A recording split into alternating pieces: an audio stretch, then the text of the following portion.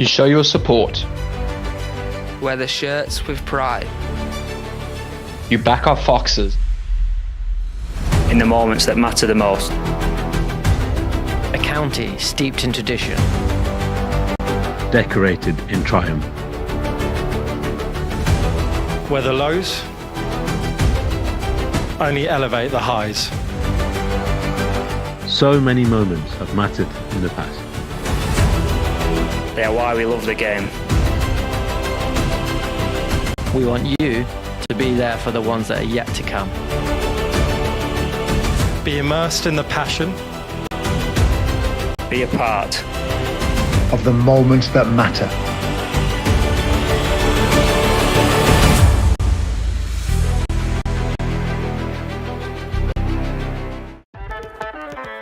Oh, big shot. Oh, bowled it. Does a huge hit. He does connect with that one. 6 runs. Brilliant catch. Runs in and bowled him. Bowled. This one just keeps a little bit low. A happy Callum Parkinson.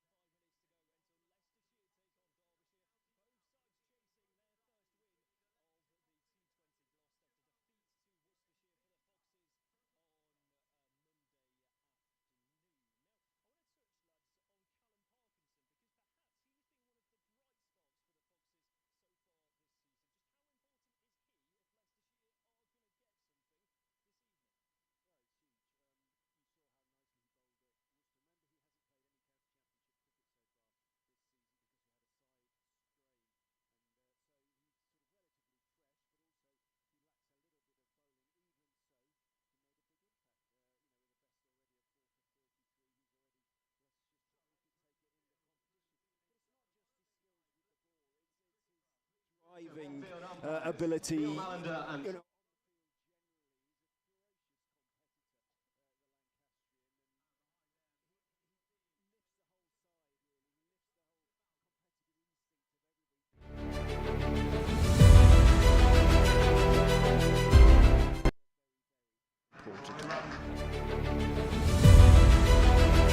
For the Foxes, I tell you what,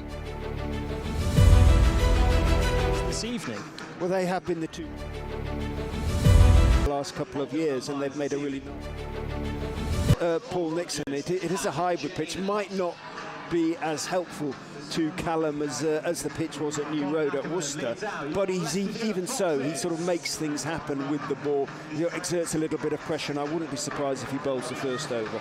Colin Ackerman leading out Leicestershire Foxes here at Grace Road, their second home game of this T20 Blast campaign. They're still searching for their first win. They won the toss and they've decided to field. We'll keep you updated throughout the evening what happens in the Roses matchup at Headingley as Yorkshire take on Lancashire, and also that match between Sussex and Essex in the T20 Blast South group. But our main focus this evening is on this match in Ayleston. It's Leicestershire versus Derbyshire in the company of Richard Ray and Adam Whitty. Thank you very much, Connor. Yes, welcome to Grace Road. Leaden skies above. It's a chilly summer day today as we enter the first day of June. And Leicestershire and Derbyshire looking for their first win of this campaign. Derbyshire haven't won at all this season. Both have lost their opening 3 matches in the T20 Blast. But Leicestershire will be boosted big time by the number 78 stood in front of us, the only man without a hat on, the only man who probably is freezing like nothing else today. He's back from 47-degree temperatures to what about 10 here in the centre of Leicester. He's a very brave man though. He's still got his t-shirt on. So Callum Parkinson will start us off. Louis Rees and Hyder Ali the batters, and he bowls to Rees first up, and it's glanced down towards fine leg, and it's a wide. I thought it had hit the pads there, or hit the hip of Rees, but it was given as a wide as it went down to Rishi Patel. So Parkinson bowls. It's a slower delivery. There's a bit of spin on that. It is a used pitch, but gets a little bit of spin on that. Does Callum Parkinson. Top wicket taker so far. 5 wickets. Best economy 2 as he tosses this one up. Swept look before wicket appeal and out. It looked plumb from up here, and Parkinson wheels away once again. What a start. Rees head dips. And he shakes his head as he walks off the field, but it was a big appeal, an immediate appeal, and Leicestershire strike first and strike early. Rees gone for a duck. Derbyshire are 1 for 1. Yeah, awful shot actually. Yes, you've got to be aggressive early on, but sweeping across the line in that way on a pitch that's already shown there's perhaps just something there. Well, it was a poor choice, poor decision, obviously, by Louis Rees, and huge for Leicestershire. An early wicket, always helpful. But now in comes, it's not Wayne Madsen, is it? I don't think. Who's going to come out? I was expecting it to be Madsen. He's played at number 3 in the previous games, but maybe because the wicket fell so early. It's Wood who has come out onto the field. Tom Wood as the number 3. And I'm just looking. This might be one of his first. This might be one of the first games of the season that he's had so far. In this comp, certainly. They've already started to make changes, Derbyshire. Yeah, this is his first appearance for the 29-year-old. So Parkinson then, what a start for Leicestershire. He comes in now, he's up to the wicket, he bowls, and this is an outside edge played down towards third man, where Patel is fielding to the right-handed Wood, but there's an overthrow there, which dribbles through to Lilly, and so they're able to scamper through for a single. That's where you've got to try and manage. There was no run there, but they're trying to manage, sort of roughing up the ball, aren't they, to try and get it as soft as early as possible. So the 2 fielders in the power play in the opening 5 overs, when only 2 players can be out on the boundary. One at deep mid-wicket, that's Aaron Lilly. And then we've got a long on 2 down the ground opposite the hospitality tent. Floodlights on already, just after 6:30 on BBC Radio Leicester, as Parkinson comes in. He bowls. It's defended by Hyder Ali this time, the Pakistan international. One of their overseas players, not making the impact you'd expect an overseas player to make. 12 runs in 3 innings so far. Yes, it's not what you want. He stands very tall, raised bad as Parkinson comes in and bowls a straight delivery, and it's glanced away on the leg side, splitting those two fielders out on the boundary. They're going to come through for two, nicely timed, because it was too far away from those two fielders on the boundary. And Aaron Lilly isn't happy about something. He's chuntering as he walks backwards towards the deep mid-wicket boundary.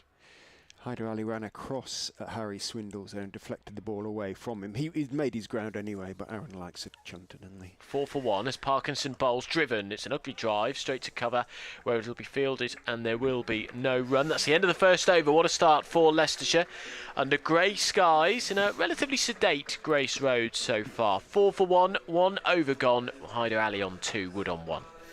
Yeah, Leicestershire with their bright green kit blending into the outfield here, which is still nice and green. I was watching the players practicing their sort of high ball catching just beforehand, and the white ball into the dark grey cloud was almost impossible to pick up. So conditions are not easy out there, but hopefully for Naveen ul Haq they will be helpful. Afghan going to bowl from the pavilion end. First over, first ball of the season for the Foxes. Do you reckon he'll do something? He'll bowl one of his variations. I bet he will. Just about every delivery he bowls is a variation, isn't he? He doesn't often just sort of look to hit the top of off stump with a standard quickish delivery.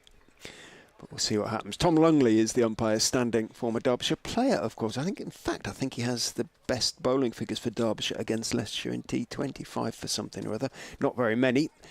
And he's standing at the pavilion end. Neil Mallander, the umpire, who's standing at the Bennett end. Naveen, with the men out at wide, third man and mid wicket, goes running in and bowls thick inside edge. It's going to run down to fine leg for 4. It ran between Wood and the stumps. There was that little bit. It was very full. He stayed in his crease. It did swing back in a little bit. In fact, probably just that fraction too much, really. Took the inside edge and between the stumps and the batsman. Fortune for Tom Wood, who moves on to 5. It's good positive signs for Leicestershire so far, although it looks like that pitch and the conditions have a little bit of nibble in them. Looks quite green, doesn't it? The real bit has been allowed to grow. In goes Naveen, edged! Oh, and that's going to be 4 more, just wide of the diving Swindles to his right. Went through about where first slip would have been standing, maybe 1.5 slips. It was close, and Swindles has his hands, his gauntleted hands on his head. Well, could have been a wicket with the first 2 balls that Naveen has bowled. He looks fairly philosophical as he walks back to his mark. He has in fact conceded 8 from his first 2 balls, but incredibly unlucky on both occasions. In he goes. Wood on 9. Naveen bowls to him, it swings in, he jams it back out down towards mid-on, should be close, but no, the throw from Will Davis was a little bit laboured. He picked up it very low. It bounced quite slowly towards Davis, in fact, who's actually one of the better fielders on the Leicestershire side. He dived and underarmed the ball at the stumps, rather shoveled the ball at the stumps, missed them. So Wood, after a little bit of hesitation, picks up his single. He moves into double figures on to 10, 13 for 1, brings Hyder down to face Naveen. He is an international, Hyder Ali, but it's just a couple, isn't it, that he's played ODIs 2 anyway. ODIs, 2 T20s too. He's still a young man, just 22. But yes, I'm sure he would have liked to have done better than his 12 runs in 3 innings with a best of 11. So presumably the other one was 1 and 0. The other scores were 1 and 0. Bright green fluorescent boots he has on us. Naveen goes in, bowls to him. He plays a pleasant on drive, checks the shot slightly. There is still that lovely little bit of swing Naveen gets with that full delivery back into the right-handers. Runs out to Davis at mid-on, and there's no run. Ground beginning to fill up a little bit. I think they were hopeful that they'd get roughly a similar crowd to the first home game of the season, but the weather, as you said, isn't half as pleasant, and it's a Thursday evening.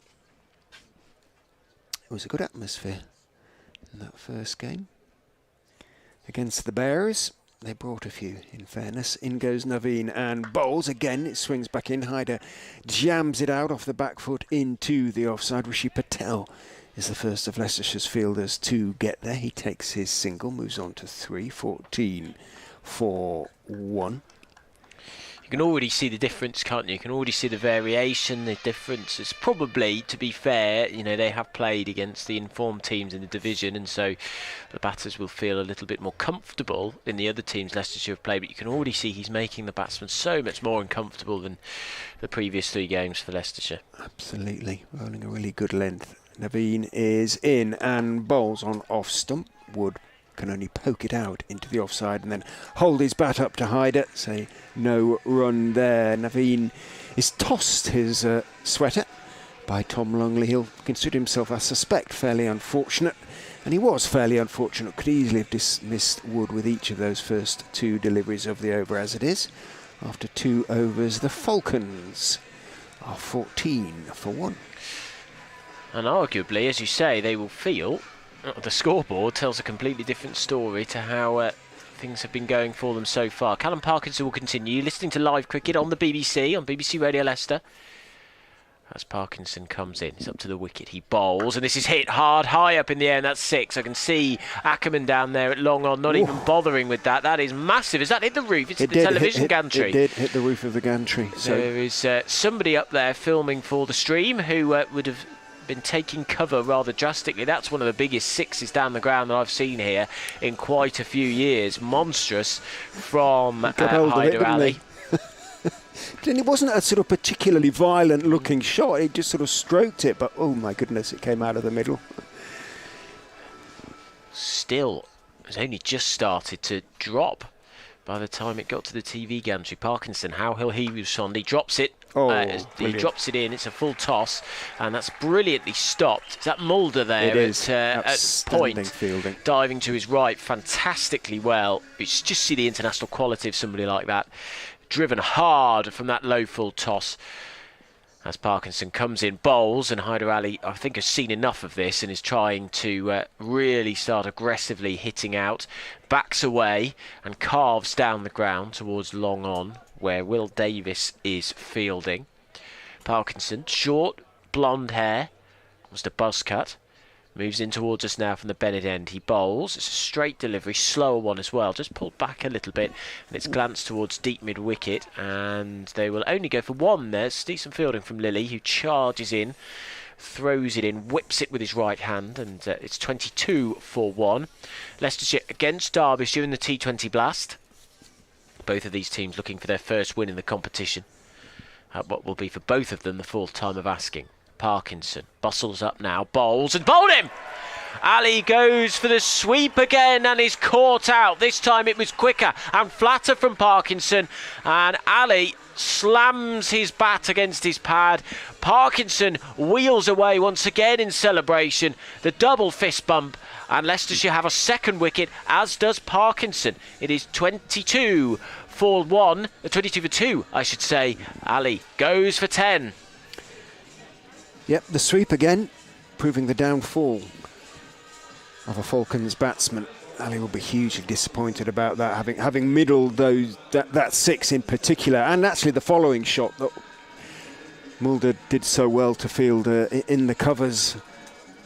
But poor choice of shot again, having got his 6 in the over. This is what Paul Nixon was sort of talking about to a certain extent with some of Leicestershire's batting so far this season, just sometimes being content having got your runs in the over just to push one or work it around a little bit, and lost his head a little bit there. Big swing, and Parkinson picks up his 2nd wicket, and this is what we were saying to Connor about the importance of Parkinson to the side in this competition.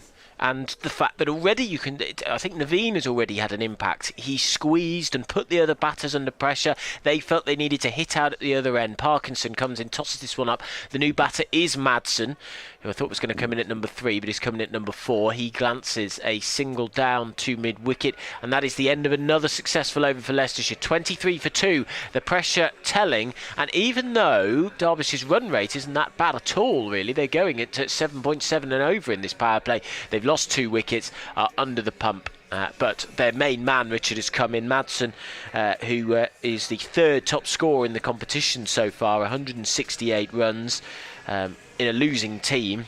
57 and 40, 57 or 46 in the last game in that defeat to Northampton. 3 50s in 3 games. He's the key man.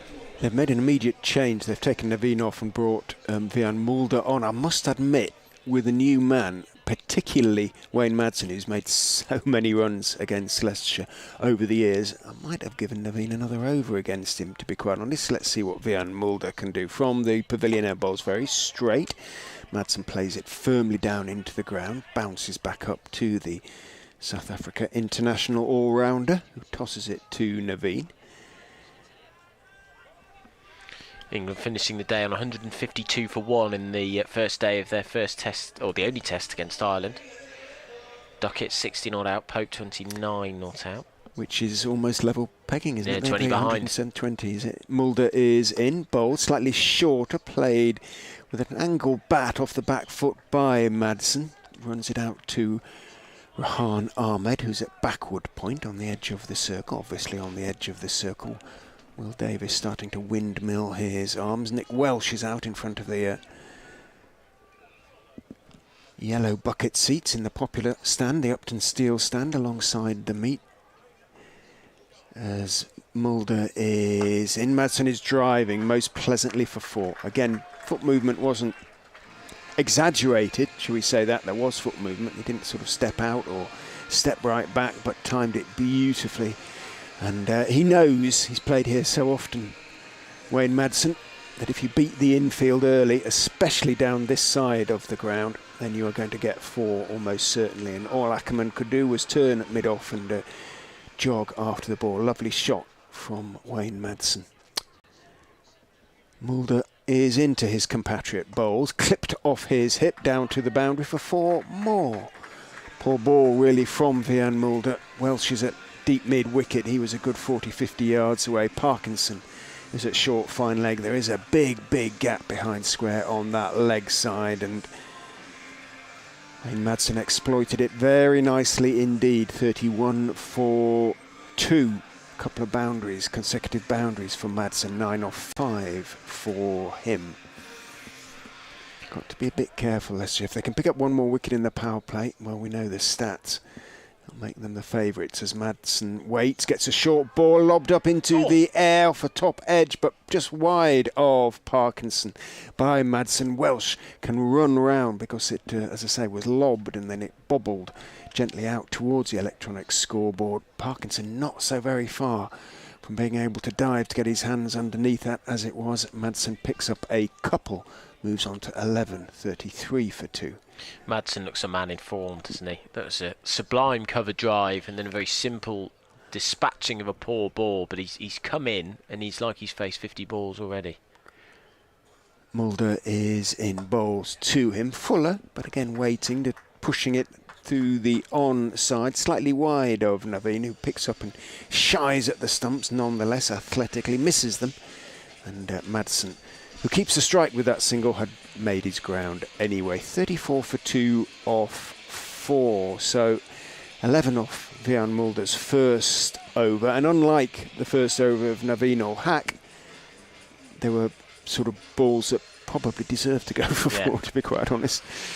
You're listening to Leicestershire against Derbyshire, T20 Blast Cricket on BBC Radio Leicester. We're going to be with you all evening tonight on FM 104.9, DAB frequencies, as well as the BBC Sport website and app, BBC Sounds, your smart speaker, as we bring you live T20 cricket. Derbyshire 34 for 2 at the end of the 4th over, and it'll be Will Davis to bowl his first over from the Bennett end, running in towards us now. He's got a bustling run up, elbows out, he's up to the wicket, he bowls a slower delivery first up, which is clipped away on the leg side by Madsen, who's already overtaken Wood. 13 from 8 his score. Leicestershire in their green stripy tops, dark green and light green, with light green trousers and a light green snapback, as I believe the kids call them these days. Davis. running in towards us now. He's past the umpire. He bowls a straight delivery, which again is clipped. This time on off middle stump by Wood, down squarer towards the fielder out there. Is it Budinger who has fielded that? Yes, it is, and he launches that in right-handed. 36 for 2. Wood on to 12. Derbyshire in, is it black or navy blue? I think it's very dark navy blue. Derbyshire are in, is it? Yes. With some lighter blue trimmings. Davis bends down and then straightens up, and that's a wristy flick into the leg side. They're going to try and get 2 here, but they're testing the arm of Lilly, and that's very well fielded. They didn't want to test the arm, and they didn't want to take the risk because Lilly had charged in from deep mid-wicket as Madsen had sort of flicked that from the leg side to the off. It was a pretty ugly shot. Sorry, the offside to the leg, I should say. It's a pretty ugly shot. 37 for 2, though. Madsen on to 40. Now Wood will face. Davis has really struggled so far, really, either not being given many opportunities, but 3 overs for 41 against Worcestershire on Monday. As he comes in, he bowls on its Edged and 4. Well, we've seen plenty of that already at the start of the innings. Wood sort of pulled back towards the leg side to try and make room for himself to carve it away with nobody on the boundary on the offside, and he nicked it between the short third man and Swindles. He didn't even dive for it. It was beyond him before he'd even seen it, really. So 4 runs, 41 for 2. Wood fortunately 16 off 8. Yeah, he was already stepping to his left, Harry Swindles, so wasn't able to take off and get a glove to it. Wood fortunate again. Davis holding the ball in his right hand, comes in and bowls. Oh, and it's inside edged by Wood. And the footballing skills of Harry Swindles are in vain as he kicks the ball at the stumps. Bale falls off slowly, but there is the single taken, so 43 for 3 is the score. Sorry, 42 for 2. I thought the scoreboard hadn't updated yet, but it had, so 42 for 2. Wood for 17 off 9. Madsen 14 off 9. Davis 44 on his back. As I say, really has struggled. Ex-Derbyshire, of course, started his first-class career over at the county ground. So floodlights are on. Nice sort of sedate atmosphere. The trees lightly blowing or lightly fraying in the breeze as Davis bowls, and it's clipped away on the leg side. Square the wicket to mid on, and there is no run. And that is the end of the 5th over. Derbyshire 43 for 2. Wood and Madsen just settling things and actually going along at a very good pace. They're still going at 8.5 and over in the power play. But they have, of course, been hit majorly by the loss of those 2 wickets. Intriguing to see, Richard, that Naveen Ul Haq is about to return at the pavilion end. Yeah, as I say, but I would have liked to have seen him continue, really, because Madsen's faced 10 balls now and he's already on 15, looks in good touch. But if they can nip him out during this power play, Leicestershire, they will feel pretty confident because they don't bat a long way down, really, in terms of firepower, Derbyshire, and an awful lot depends on the likes of Madsen and Wood and Duploy when he comes in. Naveen, a little skip to start his run, up on his toes he goes, runs in, bowls, slower ball but nicely driven, picked it nicely, saw it early, Madsen, I think, had to reach for a little bit, the first really genuine slower ball that Naveen has bowled. Unfortunately, it was a little bit too wide and Madsen could reach for it fairly safely and did, got on top of it and managed to crack it away to the netting in front of the Geary bar alongside the manual scoreboard. Milligan Road. Good evening to Fango Fox down in Melbourne, to Brunty and to Foxy Phil, who are all watching and enjoying the stream. In goes Naveen, bowls short-ish, and Madsen just tries to ramp it. Risky shot because it was coming back in to him, and he's cross with him, so I don't know whether he's cross at the choice of shot or the fact that he missed it. I suspect the choice of shot. I don't know if it was quite the right one in trying to lift it over Swindles. Obviously both third man and fine leg are up on the edge of the circle, so yeah, these days perhaps just crossed that he missed it. Well, Naveen bowled to his field a little better the ball before. When you've got nobody out in the power play on the offside, you've got to be very careful you don't bowl with any width, and he did then. Whereas there, he tucked Madsen up for room. Swindle's telling Lilly to go a little bit wider at third man. Naveen is in and bowls to Madsen. Again, it's the slower ball, and it's rather shovelled by Madsen in the air out through point, well wide of Rehan Ahmed. And in fact, it's Budinger out there now who comes running into field from that wide third man position. Lilly finds himself relatively close to the action for a change at mid-on. So they're winging the changes in the field for keeping them interested.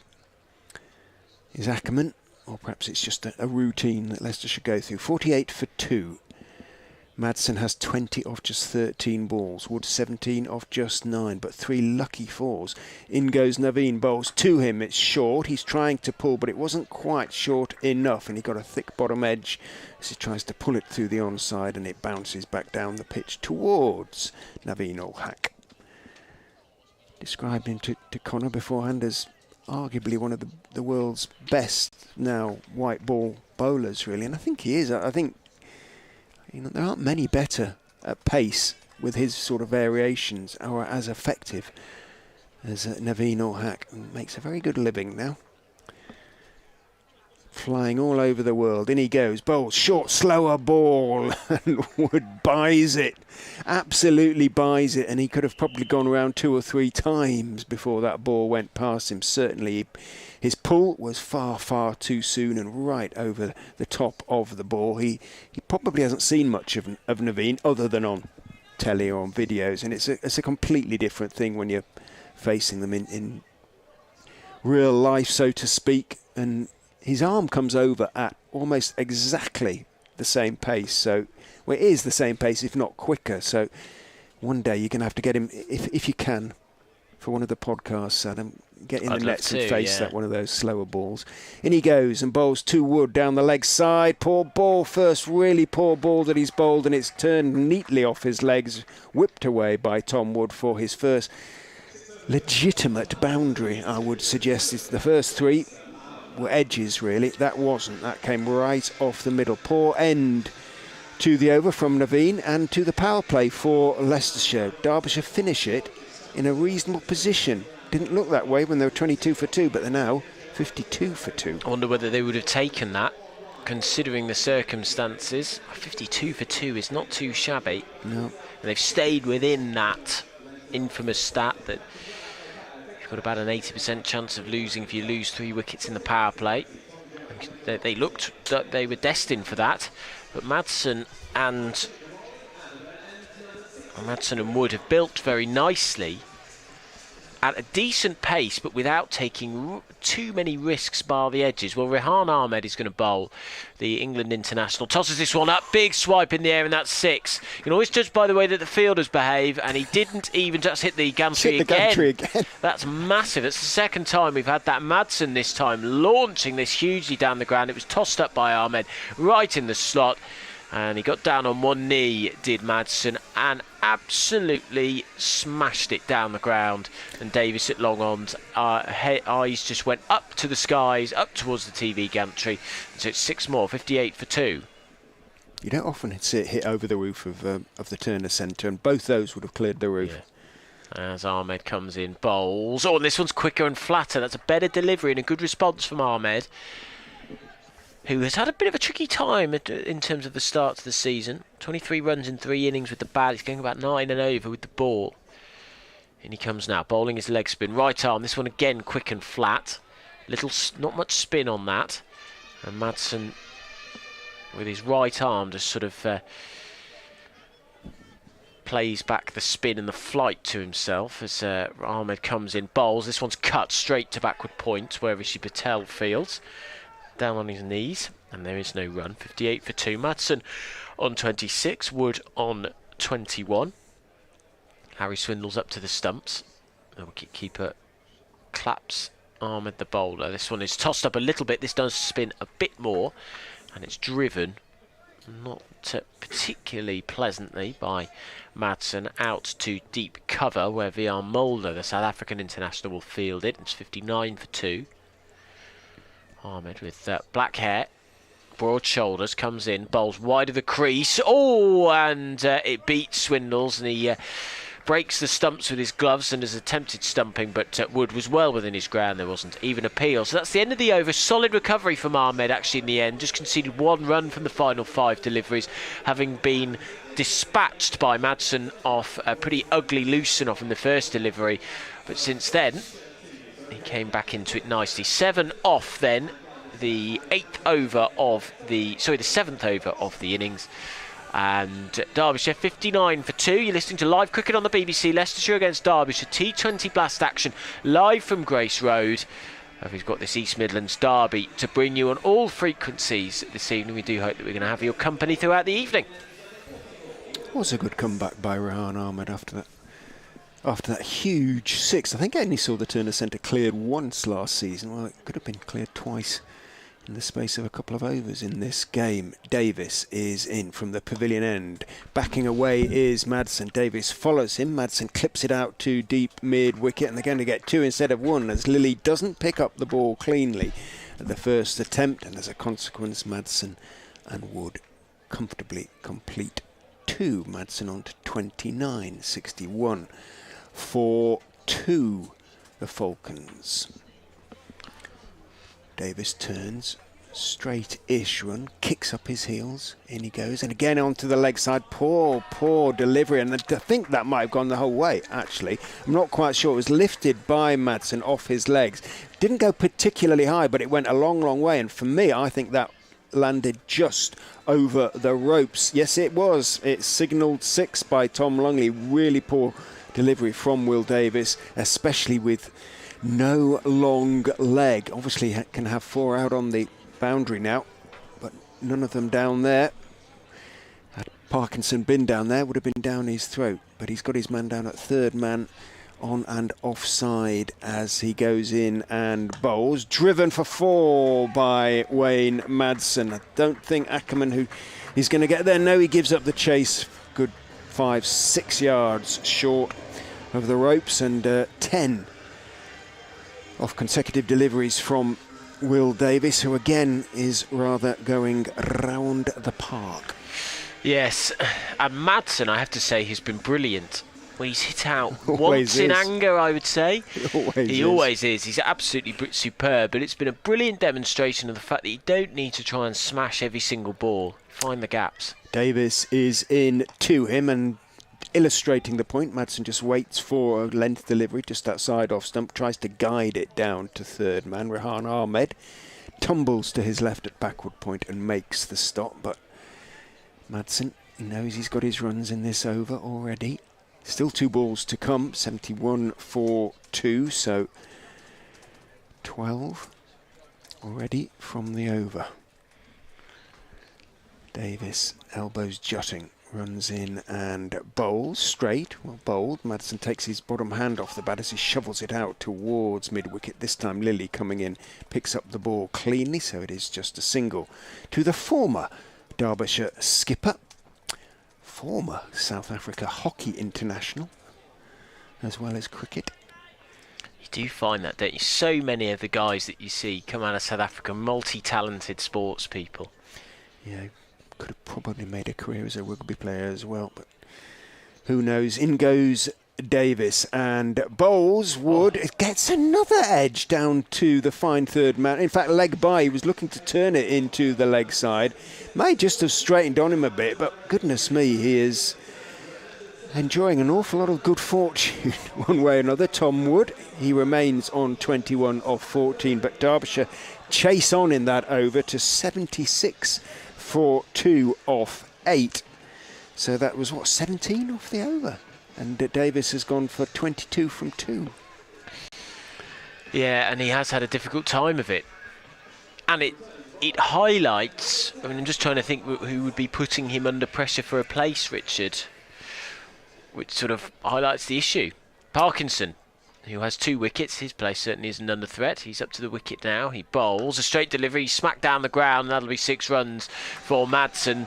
That one was a little less aerial. It was, but because he was sort of having to play it inside out, it went straight as a dart, and he got very good contact on it. He is playing brilliantly, timing the ball to perfection. playing with a lovely mix of sort of brute force, timing and class and technique. And this time Parkinson makes him go back. That's a good response. He sort of placed that 6 almost, didn't he? He knew if he went big, he might just skew it out. There was a long off, still is. He's well inside him. As Parkinson comes in towards us now, he bowls. This is cut by Madsen. They need to get him out, to put it simply, don't they? They just need to get him out. Mulder. I've said that many times over the last 12 years or so. But his T20 season has been brilliant so far, considering he's been in a losing team. Yes. 3 50s so far, 57, 61 and 50 in his 3 innings. Parkinson bowls, driven for 4 by Wood. It was just too full, but I think Wood can be credited for making room for himself and getting to the ball just before it pitched to drive it through the covers for 4 runs towards the covers, which are out on the outfield there. And this is getting a little bit worrying now, because Derbyshire are going at 10 and over. The loss of those 2 early wickets has probably, the impact of that has probably been seen off as Parkinson comes in. He bowls and it's flicked outrageously from probably about 2 feet outside off stump to the leg side. And Lilyfields tosses it in, and as the single is taken.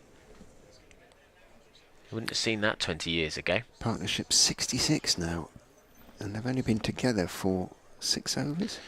Parkinson, final ball of the over. This one's straight and clipped away with elegance and comfort by Madsen as he moves on to 48 off 26.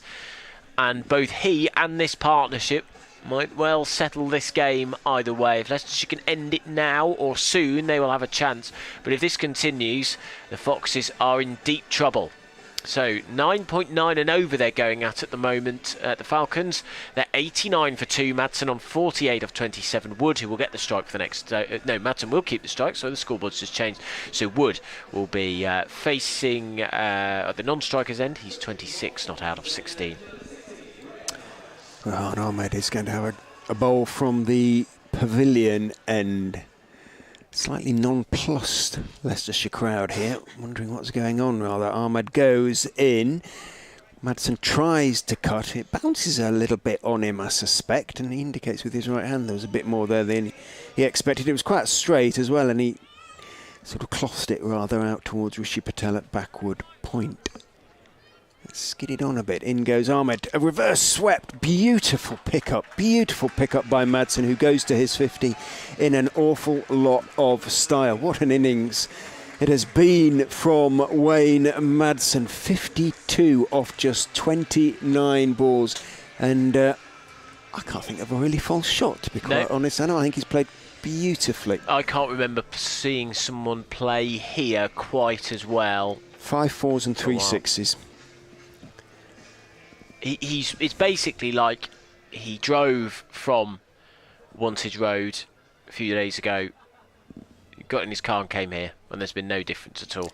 Ahmed is into him, the googly, but he waits for it down in his crease, and it turns down the leg side slightly. It's worked by Madsen off the back foot out towards deep backward square when Nick Welsh comes running into field. Madsen onto 53, 94 for 2. Ahmed in 2. Wood, who pulls a very slightly short of a length delivery out again towards Welsh. Because it was only just slightly short, wasn't really able to get it through mid-wicket, went behind square, so just the single to Tom Wood. He's on to 27. Ahmed in again, slightly short of a length, just outside off stump, cut by Madsen out to, presume is Lee back out though? Is it Budinger again? Just sounds as if he's got a beard. I don't think he's bearded, so I think it's Budinger. 96 for 2. Ahmed is in. Wood goes for the slog sweep and thick bottom edge, and Pad sees it trickle out into the leg side. End of the over. Well, not as expensive as it might have been. 96 for 2, so 7 from it. In fact, Ahmed hasn't bowled too badly. He's just conceded 14 from his 2 overs so far. But they're at the halfway stage of the Falcons' innings, and given they were 22 for 2 after 3, they'll be very happy to be 96 for 2 after 10. They've done very well indeed. what always struck me actually throughout the power play was that even though they were losing wickets, they were still going at a decent run rate. And because you have some man who's in such good form as Madsen, that's 4 straight T20 50s. Wood, on his first game, he's been brought in. They were able to sort of hit the ground running, even though they'd been impacted quite badly. They didn't have scoreboard pressure on them, which allowed them to settle quite nicely. They're just going at under 10 and over. They're well on course for 200, 210, 220 if it carries on. Mulder will bowl his second over from the Bennett end, 1 for 11 so far. This is a swinging delivery, but it pitches sort of on leg stump. Started outside. Oh, and there's a misfield down at long on, and it's going to run away for 4. Davis sort of slaps the pitch with his hand. It went straight through his legs and races for 4. It's not Davis's day so far. The 100 up. 100 for 2, Madsen on to 58, and he won't get an easier 4 than that. Just a glance, simple glance for the single down the ground, and he's got 4 from it.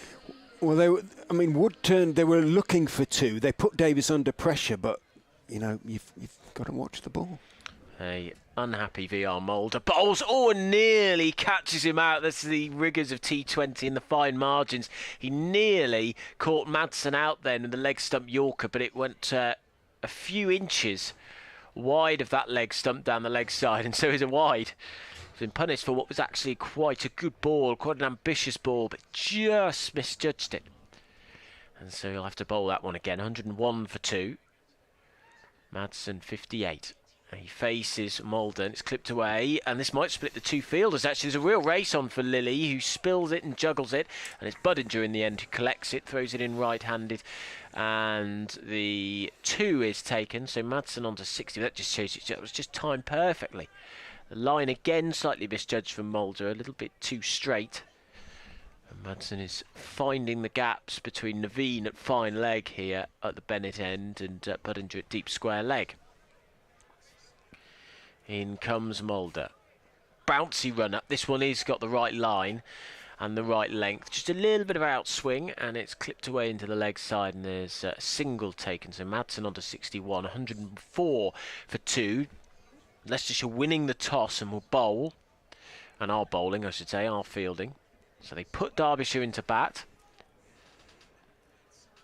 A sedate atmosphere at Grace Road. It's not really a T20 evening. It's been a cold day.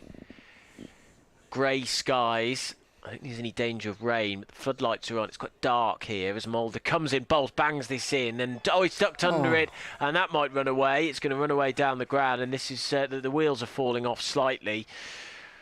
Bowled down into the pitch. Decent bouncer from Wood. It caught him out, and Swindle's missed it this time. Naveen had to mop up the mess down in front of us, in front of the pavilion, in front of the side screen. And a bye is taken, so 105 for 2. So that's at least 3 runs given away in this over so far. Yeah. Not ideal. Mulder, the South African, then holds the ball in towards his chest. Now builds pace as he runs up, bowls a full delivery, clipped on the half volley down the ground towards Davis, who this time, he spills it again, but this time it doesn't make any damage. Mulder just stood on the stumps and stared at him then. I don't know if you noticed that, Richard. A bit of a longing stare. 106 for 2. Wood on to 27. And Mulder's 0 for 20. I don't think he's going to be a happy bunny. He's not punished for the bye, is he? But even so, this over's gone for 2 more than it should have done. Mulder up to the wicket, bowls another Yorker length, and Wood moves away towards the leg side, makes room for himself, clips it down to mid-wicket. They don't test the arm of Lilly, and the single is taken. So 107 for 2 at the end of the 11th over. Madsen on strike and will keep it after that single. He's on 62 and has looked untouchable, unbeatable and unpenetrable pretty much so far. Wood at the other end, who's rode his luck at the start of the innings, but is playing rather nicely now. Is 28 off 20. And Leicestershire in trouble with the Falcons going at just under 10 and over still with 9 overs to go. Yeah, they are in trouble. Sort of anything over 180 is always a challenge, however good the pitch may be. And this is a good pitch, let's say hybrid. So there's usually a little bit of pace in it. Can Ackerman get a little bit of turn? The captain brings himself on from the pavilion end. He's slog swept out towards deep mid-wicket. It's going to land short of Aaron Lilly. Jerks his head back as it bounces no more than a couple of feet in front of him. He came sort of running in, and I thought really he might just get there. In the end, he decided discretion was the better part of valour. Stopped fractionally short. It bounced up and to his chest. Wood takes one, moves on to 29. Ackerman in 2. Madsen drops really short. Madsen cloths it slightly out towards mid-wicket. Lilly running to his left in front of the meet, manages to field on the bounce, and it is just 1. He looks slightly ruefully at the top part of his bat there. Wayne Madsen rehearses the pull. In goes Ackerman to Wood, short again, cut by Wood and cut for 4. Davis was at short, third man got it wide of him. His dive was, well, it always looked a little half-hearted. He knew, I think that he wasn't going to get there. Put in the dive anyway, as much for form's sake as anything. Couldn't get there, and it runs down to third man for 4. The runs continue to flow, and there's a few teapots out there at the moment, a few double hands on hips. Yeah, including the captains. It just feels like it's getting away from Leicestershire, this. They've lost control completely. Madsen on to 63. Ackerman in to him, and he, beg your pardon, to Wood, who backed away. Ackerman followed him. It was a fullish delivery on his legs. He swept, and it went straight through Parkinson at short fine leg. That is another 4 runs given away by Leicestershire. Even Parkinson. It can infect a side, can't it, when a couple of poor pieces of fielding, and suddenly, whether everybody gets a little bit nervous or jumpy, but they are not covering themselves in glory in the field. In goes Ackerman, bowls outside, off stump. Wood reaches for it, cuts it down towards Budinger at backward point, and Budinger takes the catch. And Leicestershire have finally ended this partnership on 95, but that is a big partnership in T20 terms, and they have done an awful lot of damage. And as far as Derbyshire are concerned, probably happier to see the back of Tom Wood than Wayne Madsen. Wood goes for 37 off 23, never quite as convincing as Wayne Madsen, who's now joined by Leius Duploy. Yeah, he rode his luck, but he did keep the scoring rate up and was a decent partner to Madsen. But I have to say, I don't know whether anyone else might have done this. You saw the ball skied slightly, looked immediately to the scoreboard just to double check who it was, and then when I saw it wasn't Madsen, my heart sank a little bit. I was desperately hoping from a Leicestershire perspective that was going to be Wayne Madsen, but they will still be glad to get rid of a batter who was in and was putting scoreboard pressure on.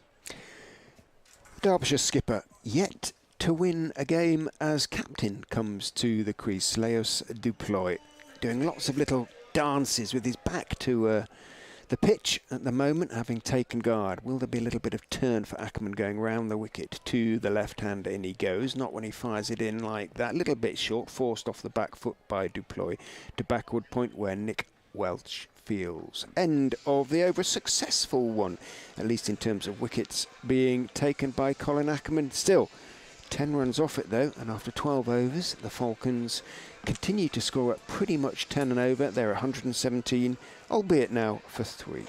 Yorkshire taking Lancashire apart at Headingley, Richard. 41 for no loss after 3 overs. I don't know whether that's a good thing or not, though. Do you know what I mean? From the point of view of qualification, yeah, the top 4 from the group go through. Yeah, you probably want Lancashire, Birmingham and Worcestershire to go on from here. Rehan Ahmed will continue. Bowls a nice delivery. It doesn't bounce much. It's quick and flat, maybe the flipper. And Deploy gets off the mark. Sorry, Richard. No, it's okay. I mean, obviously they've remembered how to win. Yorkshire, yeah. having won their first game at was it Northants? Did they? I can't remember. Where did they win their first game? At Northants. Yeah. And they do have some good players. So Ahmed's going to come round the wicket, right-handed leg spinner to the left-handed Deploy. He comes down the track. Oh, he's caught him, has he? Yes.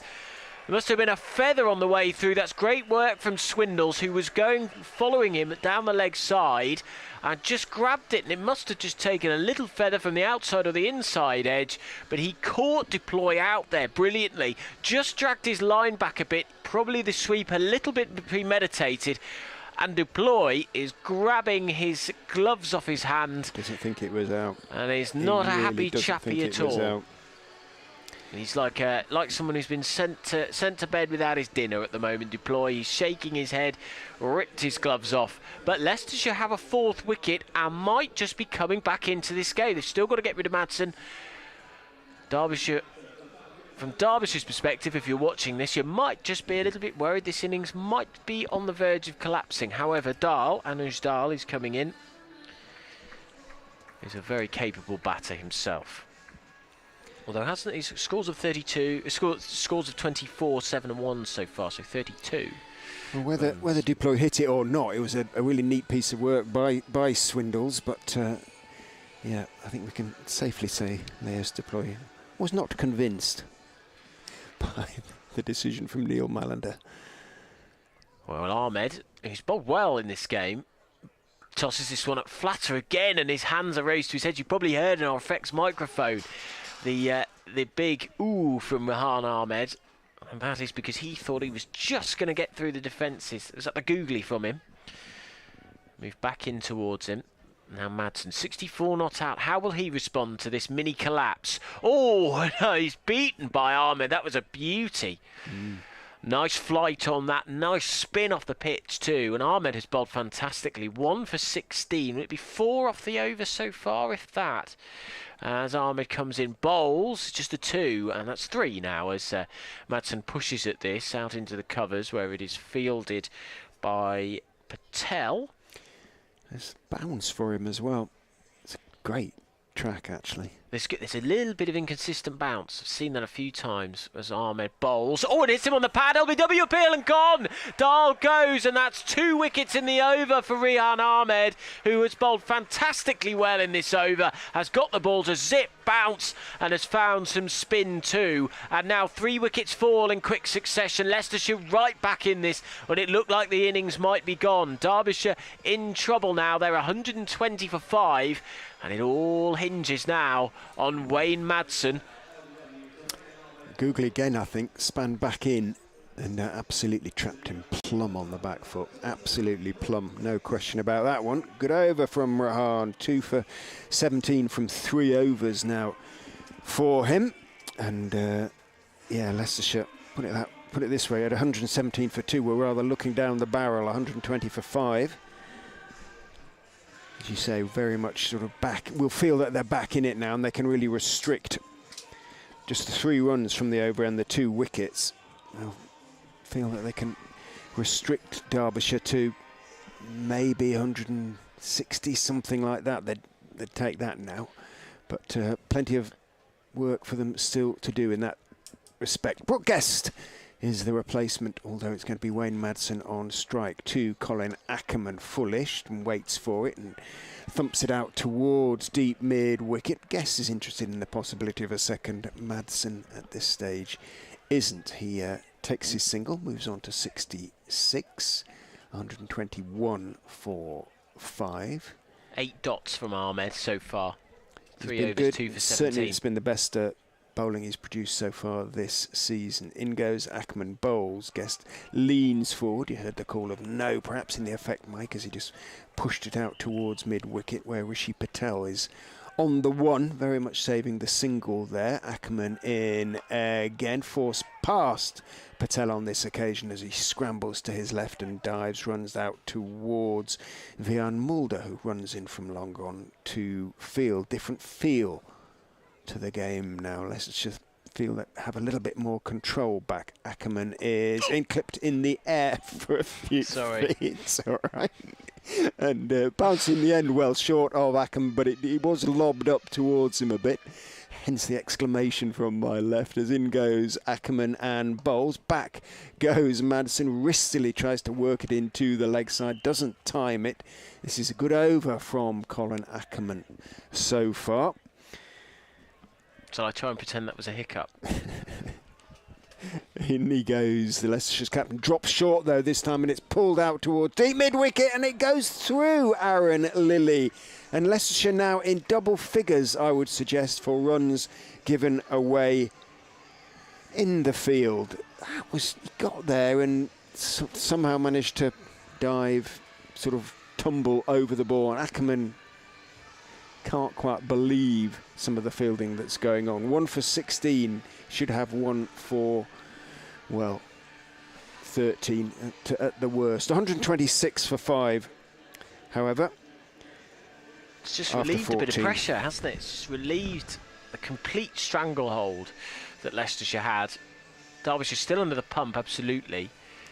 Madsen on to 70 now. Then it will be Guest then to face his third ball from Rahan Ahmed, bowling his final over from the Bennett end, and it's driven.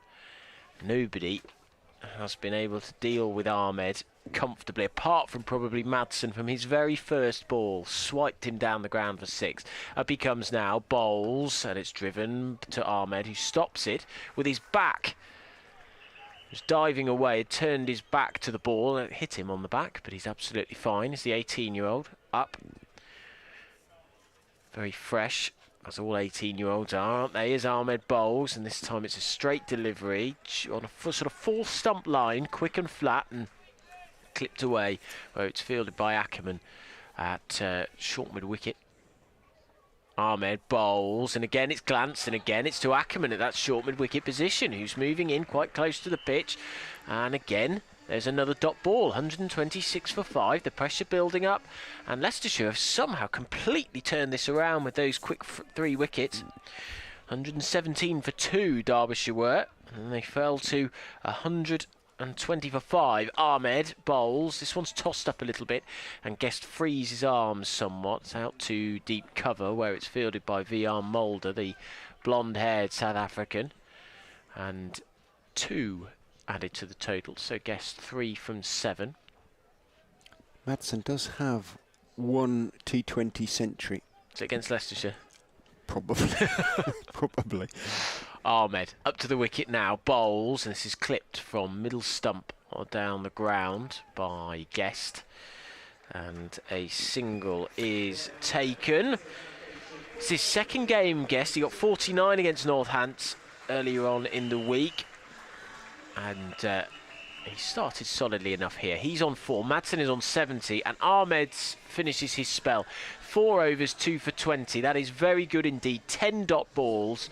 I mean, you consider actually that his figures really are 3.5 overs. You could say, what, 2 for 14.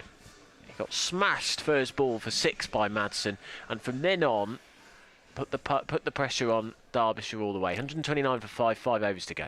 Parkinson round the wicket to Brooke Guest, who is driving and edging for 4. Runs through about 3rd stroke 4th slip. He was nowhere near the pitch of the ball. It did straighten a bit, and Leicestershire will have to be aware of that. Derbyshire have spinners too, and there is turn for the spinners.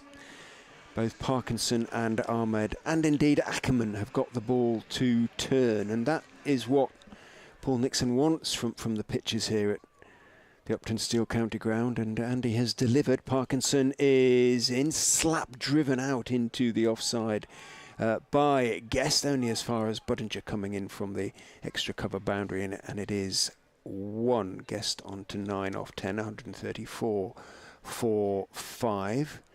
2 balls of the 16th over have gone. Parkinson into Madsen, who also driving slightly wide of long off. Naveen has quite a long way to run from long off, almost to wide extra cover by the time he gets to the ball, and consequently a comfortable 2 for Wayne Madsen. 72 off 44 for him. Hasn't seen too much of the strike in the last couple of overs, but he is seeing it now. Parkinson is in. Madsen just leans forward on towards middle and leg, whips it out into the onside. Knows there's only going to be 1 if Lilly picks up the ball cleanly, which he does, and gets his throw away quickly on that occasion. 73 Madsen. Parkinson just indicates to Lilly just to go back to the boundary as he goes in and bowls. Again, Midland leg line. Again, there's no real turn. Guest can work it out towards mid-wicket. Lilly in quickly, gets in a decent throw on this occasion next to the stump. Swindles takes it. Bale high. Single to Guest. He moves on into double figures on to 10. Madsen with that slightly open stance. Parkinson drops a little bit short. Madsen waits for it on the back foot, drives it. not very cleanly, but cleanly enough through the vacant mid-off area down towards Naveen Parkinson, quite theatrically thumps his palm with his fist in annoyance with dropping short on that occasion. Parkinson finishes his spell though, and a pretty good one with those 2 early wickets. 2 for 36 off 4 for Callum. 10 off that over though. They're back up and running, so to speak, Derbyshire. But since they were 117 for 2, Derbyshire, the overs have been 3, 6, 3, 7, now 10, as you say. But the run rate has dropped like a stone. It was consistently around 10 and has fallen down to 8.7, 139 for 5. You're listening to Leicestershire against Derbyshire on BBC Radio Leicester on all frequencies tonight. No Shruti show. So you're with us at Grace Road for the rest of the evening. Leicestershire have lost their first 3, Derbyshire have lost their first 3, and we've had what has been actually a really exciting first 15 overs. And Naveen Ul-Haq, the returning Afghanistan bowler, gallops in. It's a real gallop that he's got in his run-up. He bowls outside off stump. That might be a wide. No, it's just within the blue line that signals to the umpire and to the crowd the line that bowlers can bowl in. And he's just within it, so he gets a dot ball. Madsen, 47 balls faced, 74 runs to his name. 4th 50 in a row.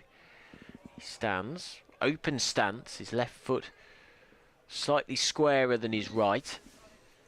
As he faces now, bangs his bat on the surface as Naveen comes in, and this is a late cut, extraordinary shot from Madsen with so much bottom hand. And it's raced away down the down towards the third man boundary, I should say, past Parkinson. The man is up there, and that was a glorious, glorious shot. Moved in from Naveen. He's been bowling in swingers all day, and he read the line perfectly. 143 for 5. Madsen on to 78. His 8th 4 to go with 3 sixes, and all of them have been beautifully hit. So Naveen, 50 wickets in 2 seasons for Leicestershire. This is his first game of the season, having got back from the IPL. He's in now, he bowls, and this is a slower delivery. There's that variation, and that caught Madsen out, and it's cut down into the pitch. Squirts away to Ackerman, who's fielding at cover. Races round, single is taken. Madsen off strike. He's on 79, 144 for 5. We're halfway through the 17th over. Rian Ahmed, the star of the bowlers so far, the England international. But Naveen, 2.3 overs, 0 for 24. Parkinson, 2 for 36 off his 4. But Ahmed, 2 for 20 from his 4 overs. It's just you've got 2 from Mulder, 2 for Davis, 2 from Ackerman left. So Ahmed then takes a few steps back.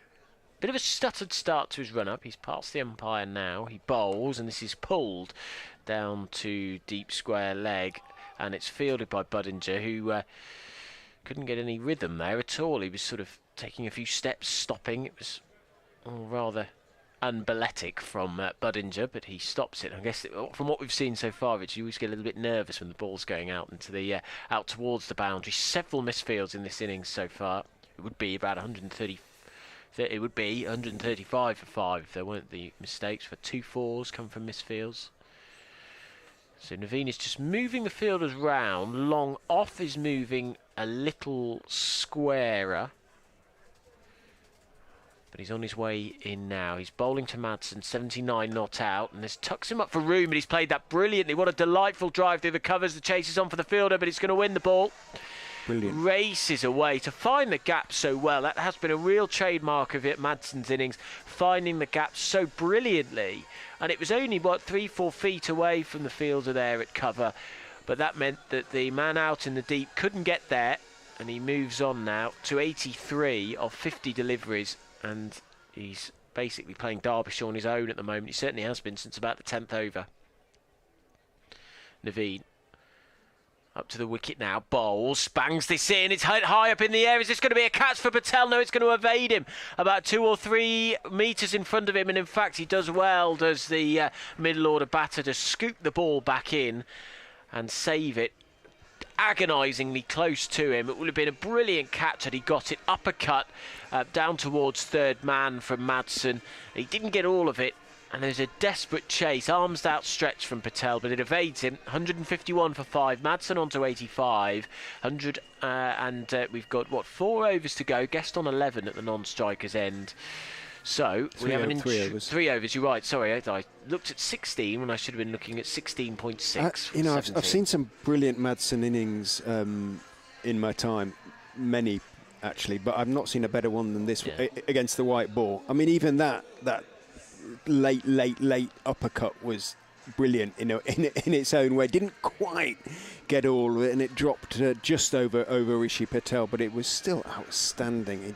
Just astonishing innings from Wayne Madsen. 85 off 51, 150 is up, and it's going to be Will Davis, who's gone for 22 from his first 2 overs, who's going to have a bowl from the pavilion end. He's going to go round the wicket to Brooke Guest, who backs away and slams it cross-batted out towards long off. Naveen puts in a good throw. He's got a great arm, and Davis backing away manages to stop the ball well wide of the stumps. Guest raises his eyes to the heavens, thinks he should have managed to thump that up. It was at a nice length for him to do that, but he didn't quite get all of it, and Naveen therefore able to keep it 2-1.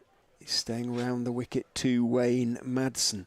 Will Davis. Madsen also backs away, gets a full toss that he manages to play off his legs. Thought it was going to be a waist-high full toss. It wasn't quite. It was around about thigh-high stroke, knee-high, somewhere between. But once again, he played it quite brilliantly. And he put it away to the wide long leg boundary for 4. Moves on to 89. Quite frankly, Adam, I'd quite like to see him get 100 here, because this is brilliant stuff from Wayne Madsen. Leicestershire take 170 from here. I don't know if they're going to get it, but I suspect they would. Davis is in to Madsen. Slower ball, stepped across his stumps, turned it off his leg stump out towards Lilly at deep mid-wicket. Takes 1, moves on to 90. Still 2.5 overs left to be bowled in this innings. Ackerman runs across and speaks to Davis, who's going to persist with this round the wicket attack, with obviously all the fielders on the leg side on the boundary, all the fielders on the off side, with the exception of Naveen at long off inside the circle. Full toss from Davis that is driven by Guest, but driven fairly straight out to Naveen, who throws to Swindles. Rishi Patel goes running across from that short third man position to cover just in case, but Naveen has a good arm and a good straight throw. 158 for 5 brings Madsen back down on strike. 2 balls to go in the 18th over. Davis runs past umpire Lungley and bowls, clipped up into the air over mid-wicket for 6. Beautiful shot, beautiful pick-up from Madsen, who moves on to 96, his 4th maximum in a quite stunning innings, frankly. 10 4s and now 4 6s. He moves on to 96. And, well, Dave Fletcher's obviously seen as much of him as I have, or most of it, just see the Leicestershire games, but I cannot believe Fletch has seen him play any better than this. This has been a quite stunning innings from the Derbyshire stalwart. I think he's got the freedom of Derbyshire. I think he's allowed to drive his sheep around the ring road or something ridiculous like that. Well, he could drive another couple of flocks after this. Davis is in to Madsen, who's clipping in the air, but it's going to drop short of deep backward square where Welsh fields. Madsen takes 1 and keeps the strike. He moves on to 97 off 55 balls, 165 for 5 with 2 overs to go. 1 T20 century to Wayne Madsen's name so far in his long and illustrious career. 154 matches, 27 50s and 1 century. His best is 100 not out. He is well in a position, because he's going to keep the strike at the start of this over, the 19th, to get his best ever T20 score here at Grace Road. So Derbyshire 165 for 5, 2 overs to go. The run rate up to 9.2. He's already got the highest individual score for Derbyshire against Leicestershire, which was previously 90 by Marcus North. Here on this ground in 2014. I think he's going to get a good reception, Madsen, even though he's an opposition player here at Grace Road, because he's just played so well. He's going to set a competitive total for his team as Naveen bowls his final over. First ball is clubbed away down the ground. There it is, for 100. And he leans back and celebrates with a big fist pump. Hands in the air from Wayne Madsen. He's got his second T20 century. It was a glorious shot. Cover drive. Tucked him up for room, did Naveen, but that didn't bother him whatsoever. Club shot for 4. And a lovely way to go to 100. It has been an imperious, chanceless knock from Wayne Madsen, who has put the Foxes to the sword and has given them great hope of winning this game. Naveen then, none for 35 of his 3.1 overs, comes in, bowls. It's flicked away on the leg side this time, and they'll just get the single. And he's got his best T20 score in the process. Brilliant, brilliant innings. And if you appreciate cricket, even if you rather resent the fact he's doing it against Leicestershire, you've got to appreciate that knock. Outstanding. That hasn't been a false shot, I don't think. No. 1 or 2 he hasn't quite middled, arguably, but other than that, everything has gone exactly where he wanted it to. 11 fours and 4 sixes, 56 balls. Naveen comes in, bowls, and he beats Guest, who tried to make room for himself. Hit it over the offside, but that slow ball, that variation, did for him. And there is no run. So 170 for 5. What did I say? Rather, probably stupidly on reflection, I said that Leicestershire would be happy for the 170 for 5. Well, that wasn't stupid. They would have been happy with 170 for 5, but they've already got there, have Derbyshire.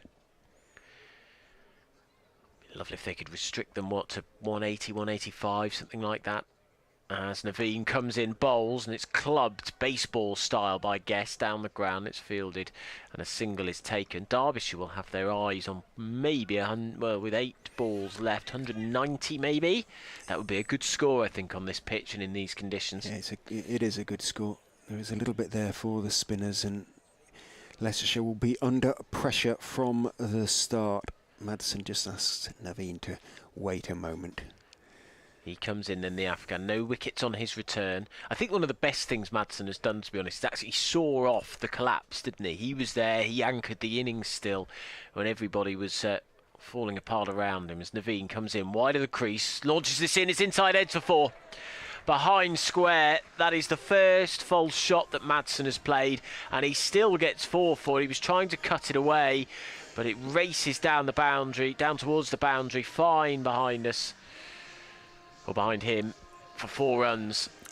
I mean, it was a false shot. He was still trying to uppercut it over the keeper, and he got it a little bit, sort of not quite where he wanted it to, but it still kind of went where he wanted it to. Yeah. It's just an astonishing knock, this. Fangare Fox reckons it's one of the best 3 T20 knocks he has ever seen, and he's seen a lot of cricket. He's in towards us now, up to the wicket. He bowls, and that's a swipe across the line from Madsen. And he'll get a single for it. He'll move on to 107.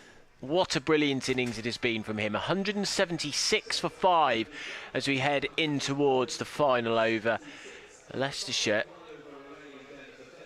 will be aiming, I would say, at this point for 185. I think they'd maybe take that at this point, would they, Richard? Derbyshire will be aiming for maybe 190, and what would be a very good score on this pitch. It's been a fascinating innings, I have to say, because you had at one stage brilliant start from Leicestershire, 2 early wickets for Parkinson, then Wood and Madsen nearly put on 100 together. They put on 95 together in 9 overs. Then the fall of 3 quick wickets to make to get Derbyshire from 117 for 2 to 120 for 5. And then from then on, these 2 have actually batted well. They've put on now 56 in 6.5 overs. So the pendulum has swung either way. It's been good T20 cricket. Derbyshire on top, I would suggest. It's going to be Vian Mulder who is going to bowl the final over of the Falcons' innings. He's taking his time because Colin Ackerman is, knowing that they have met their time schedule, he's taking his time to set his field. Mulder is in, bowls a full toss to Madsen, who hits it back. Guest ducks out of the way, doesn't quite get it all. Davis fields at long on and throws in like a a man who is hurting a little bit, Will Davis, and he probably is, I'm sure. 3 overs and none for 36 for Davis. Has he picked up a wicket so far this season? He has. He got 1 for 32 in the first game of the season. Right. They've been quite expensive then, one way or another. Must be well over, fairly close to 100 now. Yes, comfortably, yeah. It's about 110, 115. Mulder is in to guess who's hitting high and straight for 6. You heard the sound of the ball hitting the black screen below us. Davis couldn't get there, and that 180 has now been well past 183, and Vian Mulder tends to look a little bit downcast when he walks back to his mark at the best of times, but he's got genuine reason to look downcast. Now Leicestershire's performance in the field, with 1 or 2 honourable exceptions. Rehan Ahmed can take something of a bow for his bowling. Parkinson to a certain extent. There has been something there for the spinners, but by and large it has not been top draw. In fact, about 5th draw down in the chest of drawers, isn't it? Bottom draw, really. In goes Mulder and bowls short and pulled mightily, clubbed to mid-wicket for 4 more by Brooke Guest. They are thinking we can still get to 200 here, Derbyshire, and that is going to take some getting by the Foxes. Oof, 187 now for 5, still 3 balls to go, so one way it is going to be pretty much close to 10. Guess 24 off 18, he's started to middle it now as well. Mulder is in 2 in bowls wide. He did back away though, and Mulder saw him going.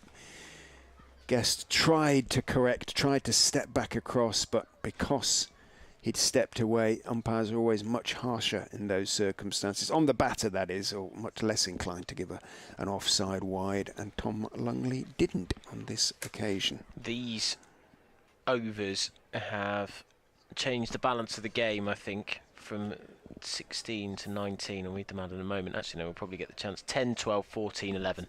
That's changed the space of the game, I think. Mulder in to Guest. Again, it's wide. This time he does just about manage to reach it. Sounded a little bit tin. He didn't middle it. Ran out towards deep backward point. In from the boundary comes Budinger. It is quiet at the Upton Steel County Ground, Grace Road. Slightly shell-shocked, perhaps. Yeah, we've seen a great innings.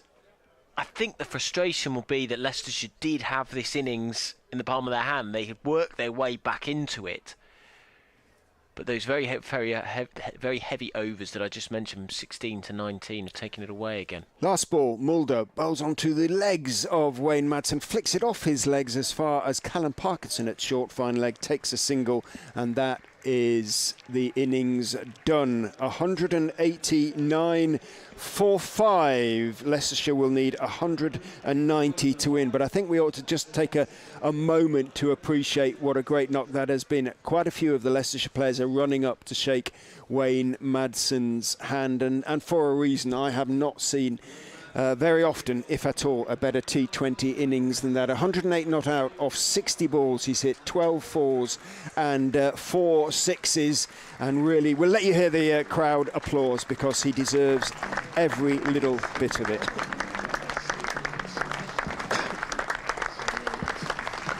Astonishing stuff, Adam. Yeah, great knock. Great knock from Madsen. He finished in the end on 108 off 609, sorry, off 61 deliveries, and 109 out of 189 is very impressive indeed. He has been brilliant, and he's given Derbyshire a big chance. That is a very competitive total in not particularly batter-friendly conditions under grey skies at Grace Road. With the floodlights on already, that's a good total here at Grace Road as well.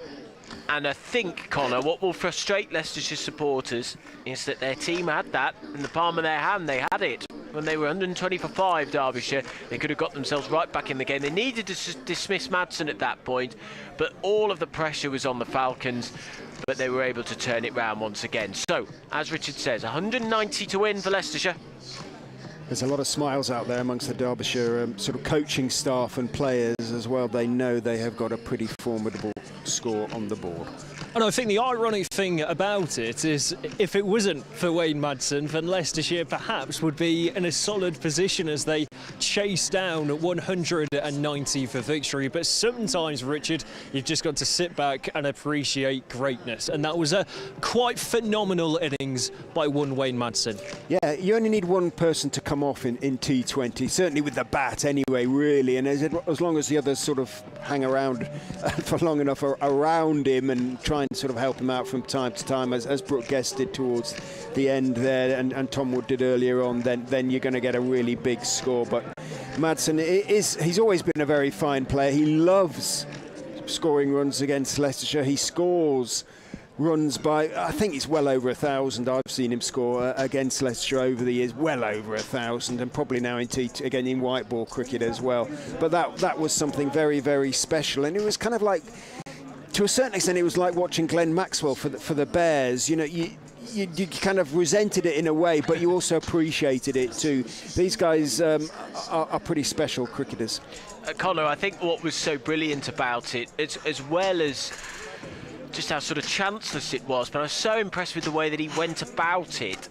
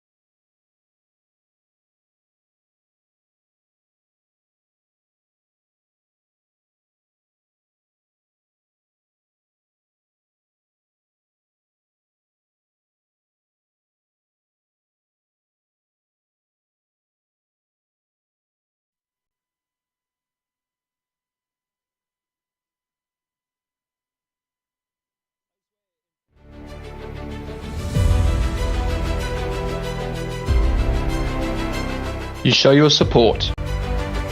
Wear the shirts with pride. You back our Foxes. In the moments that matter the most.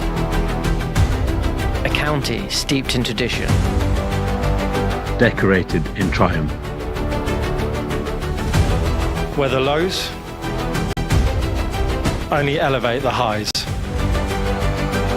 So many moments have mattered in the past. They are why we love the game. We want you to be there for the ones that are yet to come. Be immersed in the passion. Be a part of the moments that matter.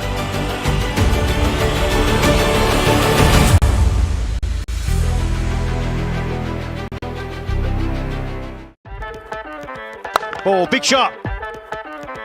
Oh, bowled it. Does a huge hit. He does connect with that one. 6 runs. Brilliant catch. Runs in and bowled him.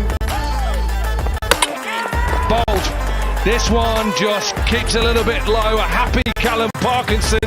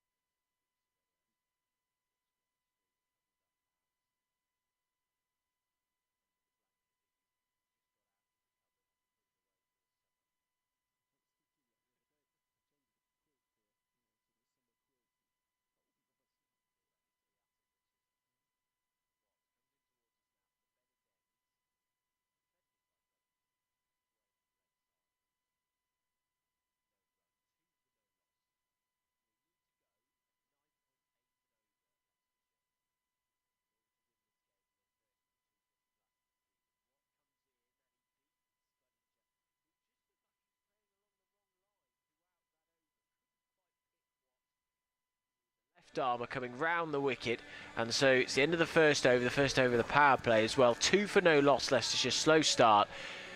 They require 188 to win in 19 overs. Yeah, slightly surprisingly unenterprising approach to that over, arguably. Wonder if but, you know, with the power play and the field in and what, not really turning it in the way that Parkinson did early on. Well, Zaman Khan is going to open the bowling for the Falcons from the pavilion end. Zaman, he just 21, 5 wickets so far in the competition. Top wicket taker for Derbyshire. Goes scampering in and bowls one of those slingy deliveries and appeals for a catch behind, as it's well wide and short, taken by Guest behind the stumps, and Welsh kind of reached out for it, didn't get anything on it. Must have been fairly close to being a wide, that, but got away with it to a certain extent. Who would you say he was? He kind of resembled, who was that slingy Malinga bowler? Yeah, Lasith Malinga. I remember seeing him play for Kent. I haven't seen him. You probably saw him play for Kent then, yeah. did you? I would imagine on a couple of occasions. 99 on his back as he runs in, bowls 2 Welsh, who turns him off his legs comfortably out towards deep square, takes 1. I really wasn't expecting that. I haven't seen him before. I wasn't expecting such a slingy action. It really is. His hand is almost horizontal. It's certainly not at the vertical, is it? That's for sure. What, 70%, something like that, maybe even more. I don't know, but incredible. Not orthodox. It's what makes the game so brilliant. These wide range of bowlers get that low release point. He's taken his wickets. He hasn't been too expensive either. He bowls a bouncer that is ducked out of the way of by Budinger. That was lively. And taken leaping above his... Oh, no ball on height. Salman can't believe... I can't believe that either, actually. And he's got his hands on it. He cannot believe that, but it has been signalled by Tom Lungley after a certain amount of delay and looking across at Neil Malander. Malander must have said, but I'm a bit surprised about that. I am as well. I thought that was just a good bouncer. I thought so too, and Budinger sort of ducked out of the way, but no, Leicestershire pick up an extra delivery and an extra run. In goes Zaman and bowls a length delivery that's turned off his legs by Budinger. Might pick up at least, well, should pick up 2. I was going to say could be 3. Welsh turns for the 3rd because it's not taken cleanly by Hyder, running away to his left. By the time he gets there, he knocks the ball along the ropes a little bit, and by the time he picks it up, Welsh realises that he can make 2 into 3 and does. Budinger onto 4, Welsh 2, 8 without loss after 9 deliveries. It is curious, his action, but that bouncer looked a really good one to me, and they have brought a slip in.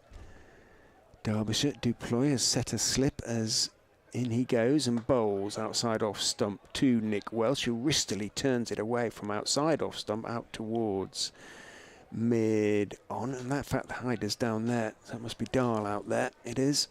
Hyder's down at mid on with those fluorescent green boots. It's not been a flying start, has it? No, not yet.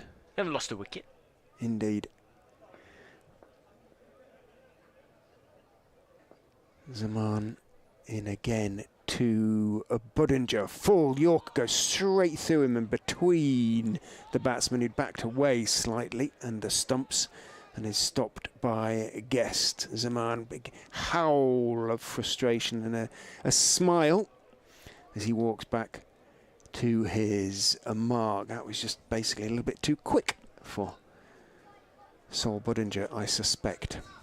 He looks a man a little bit out of form and out of rhythm, Budinger. This would be a really good time for him to find it.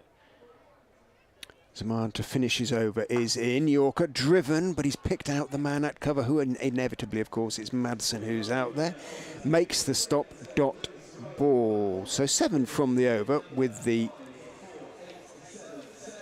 wide, and umpire Longley again is explaining to Zaman why he called it, and he's having to explain to a few people, I suspect. 9 without loss after 2, Leicestershire. So 181 needed to win in 18 overs, and that required run rate, Richard, is over 10 already. It's a relatively competitive score. We're approaching 10, of course, with 190, aren't you? But the run rate at the moment that they're actually going at is just 4.5 and over. So the ex-Leicestershire man, Zach Chappell, will bowl from the Bennett end. Starts his run up just outside the ring, in front of the corporate boxes. Runs in towards us now. Tall, thin figure. It's up to the wicket now. Bowls. It's a full toss that is hoiked away for 4 runs. Ball as well. That was a terrible delivery, and it races away. It's actually closer than I thought. Dahl was racing out there to try and stop it, and it did beat him. And was it given as a no? No, it wasn't. I thought that was above waist high, but I thought it was above waist high. It's about shoulder high to me, but either way, he got 4 runs from it. And Welsh gets his first boundary onto 7. If he hadn't got a boundary for that, he would have been very disappointed, I'm sure. So Chappell, the ex-Leicestershire man, blonde hair, is up to the wicket. He bowls, and it's clipped away on the leg side. And there is a single taken. He's got rid of the blonde hair, hasn't he? Sadly for Zach, yes. I don't think he had much choice about it. Yeah, well, I think the hair got rid of him, basically. Join the club.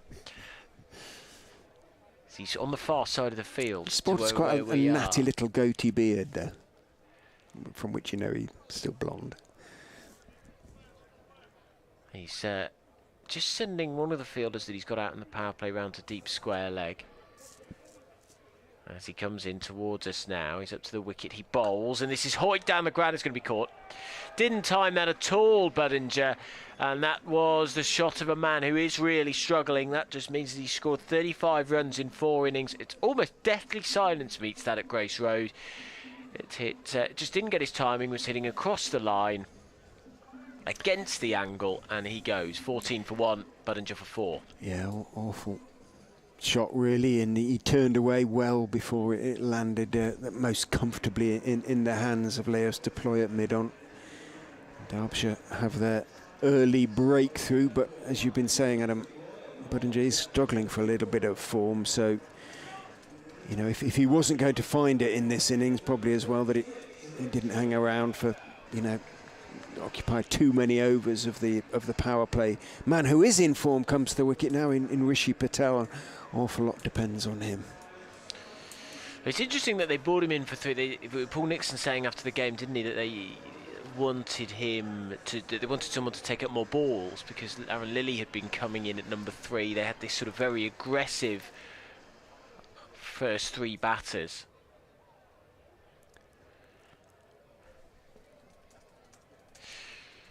So Chappell turns and runs in towards us now. Tall figure, moves from his left to his right hand as he bowls, and this an inside edge from Patel. Leicestershire have really started sluggishly.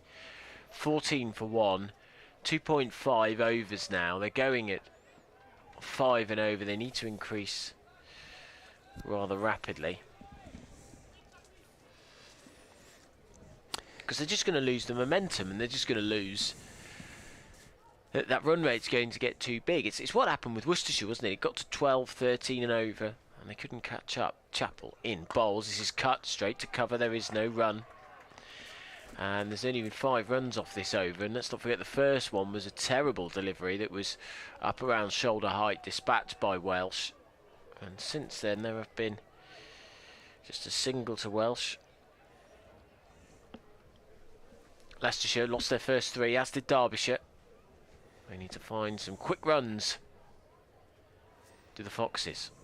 Grey skies above us, the floodlights on as Chappell bowls, and Patel this time does find some timing, but it finds the fielder out in the deep. He's at Hyder Ali out there who fields, and that is the end of the over. 15 for 1 is the score, so the run rate at 5 and over at the end of the 3rd. It needs to be at 10.3 for the rest of the innings. Slow start bit of a staggered start from Leicestershire. They need 175 to win this game and get their first win in the T20 Blast. But after this start, Richard, you would put Derbyshire as heavy favourites. Are we not switched the stream sound on? Somebody's saying, just tweeting that when there's no sound on the stream, but looks to be switched on. Maybe it's your end, Jake. Fingers crossed. In goes George Scrimshaw and bowls characteristically short of a length delivery. Very tall man with one of the best moustaches in cricket. Patel tries to flay it away over the offside, doesn't get anything on it. Good evening to Tim. Tim Singleton up in Saddleworth, who has been enjoyed the Madsen innings. I think we all did, Tim, albeit through gritted teeth at times. Scrimshaw in past umpire Lungley, bowls again slightly short of a length, not quite as short. Patel gets up on his toes and plays it out into the offside. Dahl comes running in, throws down the stumps, but Welsh had comfortably made his ground. 16 for 1, 3.2 overs already. The run rate climbing, it's now 10.5 pretty much, but at this stage it just requires one decent over, almost a couple of boundaries to drag it back. But you're keeping an eye on Duckworth Lewis as well. That's sometimes a better indicator. Scrimshaw is in short of a length. Welsh tries to hook, bounces past his right shoulder. 1 for the over, says umpire Lungley, does not signal no ball. Yeah, and I think a bouncer like that is fair enough, surely. I absolutely agree. Followed him slightly. He went for the pull anyway. He Q-ended it, came right off the bottom of the bat, ran out towards mid-wicket. He fell over as he did so. Chappell was out there at mid-wicket. He was still called through by Patel Welsh. He was miles short of his ground when Chappell's throw just missed the stumps at the non-striker's end. Scrimshaw is in to Patel, who drives through the covers in the air, but just between backward point and the man just in front of point, and it runs out to the boundary for a much needed 4 for the Leicestershire cause. 21 for 1. I think what will worry Leicestershire fans a little bit is that there's just a sense that the Foxes are already getting a bit desperate to find boundaries. That Welsh ball in the previous delivery, tried to force the shot, didn't get it right. I'll just come back to that in a second after this delivery from Scrimshaw, who's into Patel, who's carving that one down towards third man, picks up another 4. It was a full delivery just outside off stump. Again, he went aerial and he got plenty of it. A little bit risky, but he picks up consecutive boundaries, Rishi Patel, to give Leicestershire a boost. Apparently, the feed has sorted itself out. Comms was a ball behind, is all I was going to say. And in those circumstances, it sometimes works if you just refresh it on the screen. But apparently, it has been refreshed here at headquarters, and all is now well. Sorry, Ed. That's all right. The all-important stream. Some listening to us on BBC Radio Leicester, some watching the stream on YouTube. Yeah, over 9,000-10,000 following it at the moment. Probably many Afghans watching. Yes, that's true. It's Naveen Ul Haq returns, but it's not him we're focusing on at the moment. It's Zach Chappell. He's running in towards us now. He bowls, and this is flayed for 4 or 6. Heads for 6. Welsh going big, moving his front leg out the way and trying to heave it down the ground. It was a very agricultural shot. He got a thick outside edge and it went sky high before landing just over the rope in front of the side screen down below us. So 6 runs, and Leicestershire starting to find their pace now, even though it may be coming a little bit fortuitously at the moment. Chappell comes in. Up to the wicket, he bowls. This one's cut straight to the fielder. There's been a few of those already where they've timed them quite nicely, but the fielder at cover point is in the right position. So Welsh 15 not out, Leicestershire 31 for 1. They're now starting to cut the gap. That required run rate is coming down very nicely. So they require 190 to win. So 159 159, sorry, for Leicestershire to win. Chappell up to the wicket now, bowls. It's clipped off the legs for 4 runs. Welsh making room for himself to try and clip it away on the leg side, moving across his stumps and glancing it away behind square on the leg side. It races away, so another 4 to Welsh. And even though the start felt slow, now they're starting to gain a bit of momentum, both Patel and Welsh. 19 from 11, Welsh 35 for 1. He's been probably the most consistent performer with the bat, Welsh, the Zimbabwean. He's facing now, and it's a slower ball from Chappell. And he tried to glance it down to the third man boundary. The fielder is up. He must have been a whisker away from nicking that. It went through on the bounce to the wicketkeeper in the end, so no harm done. It's a dot ball.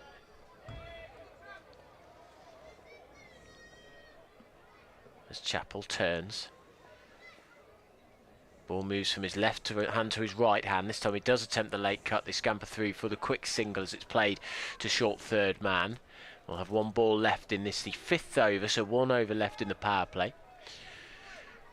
If you're not watching us on the stream, you might be listening to us on BBC Radio Leicester. Adam Whitty and Richard Ray with you, bringing you live coverage of Leicestershire against Derbyshire. Both of these teams searching for their first T20 win. If you're just joining us, Derbyshire getting 189 and setting Leicestershire 190 to win. They're 36 for 1 as Patel faces, moves across his stumps and glances this into the leg side. They're going to try and look for 2. They are. They're coming back for it. The throw comes in and make it comfortably, Patel.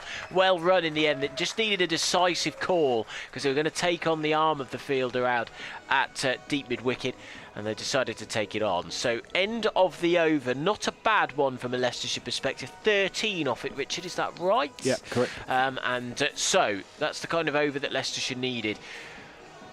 They are 38 for 1, and so they require 152 runs to win from 90 balls. Just going to look at what Derbyshire were at this stage after 5 overs. 43 for 2. So not too shabby, really. They just need someone to go and get 109, Richard, if they're going to go and win. We're going to go back to the Malinga alike. Zaman Khan from the pavilion end. Last over of the power play. Runs in, bowls 2 Welsh, short of a length. Welsh gets up on his toes, but as he tries to steer it away over the circle behind square on the offside, he gets a bottom edge and it just sort of bounces fairly gently down towards the wicketkeeper and short third, and there is no run to be had. Welsh remains on 20. Now he's faced 14 deliveries. Zaman is directing traffic. There's not much you can do really in the power players in terms of field setting, because obviously you're only allowed 2 men out.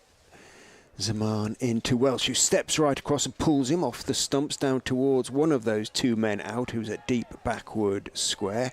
Picks up and gets his throw away quickly and gets congratulated by Hyder Ali in the process for so doing. Just keeps Welsh to 1, 21 off 15, 39 for 1. Remember the last time these two played each other? Here it was miserable, wasn't it? Bowled out for 89, Leicestershire. Zaman is in to Patel. Slower ball, which he drives off the back foot, but only as far as the man at cover on the edge of the circle. So picked out the fielders once or twice in this innings so far, the Foxes. And that's the difference. Madsen was finding the gaps, wasn't he? That's the difference. I think it's Mark Watt out there. Or is that Watt at third? No, it's Watt at short third, isn't it? Some substantial individuals on the Derbyshire side. In goes Zaman, bowl, slower. Oh, and it's beautifully late cut away, delicately late cut away by Rishi Patel. For a minute, I thought he'd cut it straight to Watt at that short third man position. It was a roundabout catching height when it went past the Scot, but it was well to his left. It was between Brooke Guest, the keeper, and short third man, and it runs down to the boundary for 4. Nicely played by Rishi Patel, who moves on to 16, 43 for 1, 2 balls to go in the power play. Zaman, straightish run is in again. Patel is walking right across his stumps and playing it gently back pass Zaman down towards mid-on. Because it's gently, there's always going to be a comfortable single in it. Chappell on the edge of the circle, on his heels as well. Knew there was always one there, and one is duly taken. Patel on to 17. Welsh has 21. Useful little partnership beginning to be built by the Foxes after the relatively early loss of Budinger for 4. In goes Zaman, and bowls are beautifully flicked off his legs, off leg stump in fact, by Nick Welsh, past the diving guest, down to the fine leg boundary for 4. So a really good way to finish the power play for the Foxes. They're in this game at the moment, 48 for 1 at the end of the power play, 52 for 2. Derbyshire, so not much in it at all. Yeah, that key wicket, the difference, you would imagine, that's a big boost to Leicestershire, and they just gathered momentum at the right time and were clever about it. We haven't had big shots, have we? They've been sensible so far, trying the little nudges and nurdles to find 4s here or there, trying to be inventive. They've got themselves back into this after what was a very sluggish start. So they require then Leicestershire 142 to win as Watt bowls his second over. It's a flat delivery on sort of leg stump line. Patel had moved back away from his stumps and he followed him, did Watt, so he clips it away into the leg side where a single is taken. 49 for 1. That run rate at 10.2.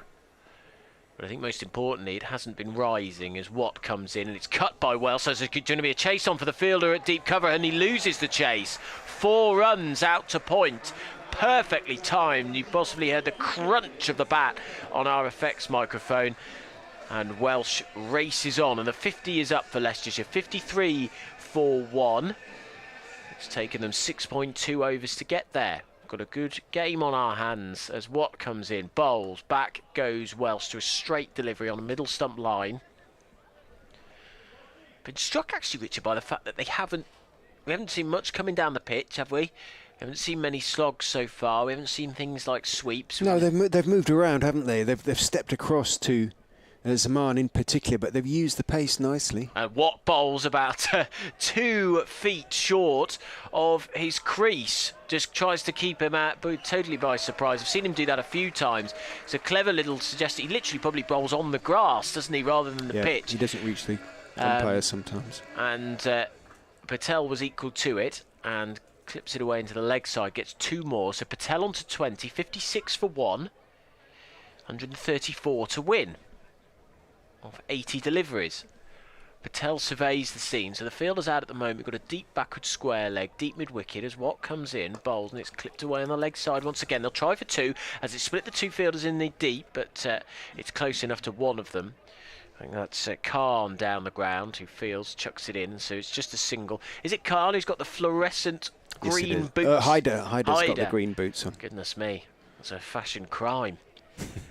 Watt up to the wicket, bowls. Oh, and he's beaten Welsh. Just a little bit of movement away from him, and so it's the end of the over. 57 for 1. Another healthy over, 9 off it, and they've still got a lot of their wickets in hand. So Leicestershire require 133 runs to win off 78 balls. Welsh 30 not out off 19. Patel 21 off 14.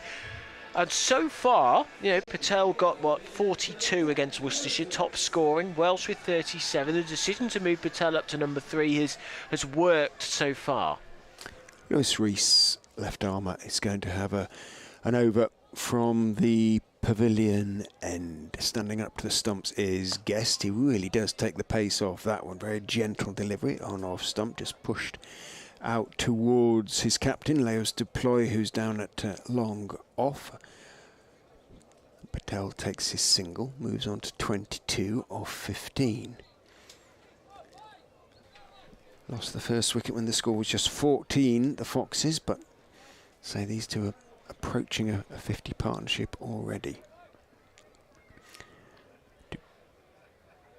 In goes Rees and bowls another slower delivery, clipped in the air, straight to deep backward square where the catch is taken. Absolutely picked him out there, Nick Welsh, who raises his eyes to the grey heavens above us in disbelief. It was the gentlest of gentle deliveries from Rees. This is clearly a deliberate ploy from the left-hander, who can get it through at a reasonable lick on his day, the all-rounder. But he's bowled a couple of really gentle deliveries when he's asking the batters to impart their own pace to the delivery. Welsh tried to do that, picked it up, clipped it straight to Tom Wood on the boundary, who took it Australian style, 2 hands pointing upwards, never looked like missing it. 58 for 2. And the problem for Leicestershire this season has been that people aren't able to go past 30 and 40. They need somebody, like Wayne Madsen demonstrated, who can go past 50, 60, 70 and beyond. And Welsh has been consistent. He's been their best batter, absolutely, so far, I would suggest, in this T20 blast. 30, 37 and now 30 again. Rees is into Colin Ackerman, who plays it firmly on the back foot, back down toward the pitch towards the bowler. But they need their openers to be able to go on from there. Little shuffle and then barely run up at all, and then a really gentle looping delivery. It's no faster than Parkinson's left arm spin, to be quite honest, from Rees, and it does get a bottom edge, sort of inside bottom edge from Ackerman as he tried to drive it, and it ran down towards short fine leg. So Leicestershire having to work Rees out a little bit. He goes in and bowls down the leg side, will be signalled wide. Patel tried to flick it on its way, didn't get anything on it, into the pads of Guest it went before running out to short fine leg, so the wide is duly signalled. So this is something new from Lewis Rees. He's obviously worked hard on this. He's only gone for 4 so far. In he goes and bowls. Ackerman slap drives in that characteristic Ackerman way, reaching for it a bit out towards Anuj Dal, who's out there patrolling the extra cover boundary. Takes 1.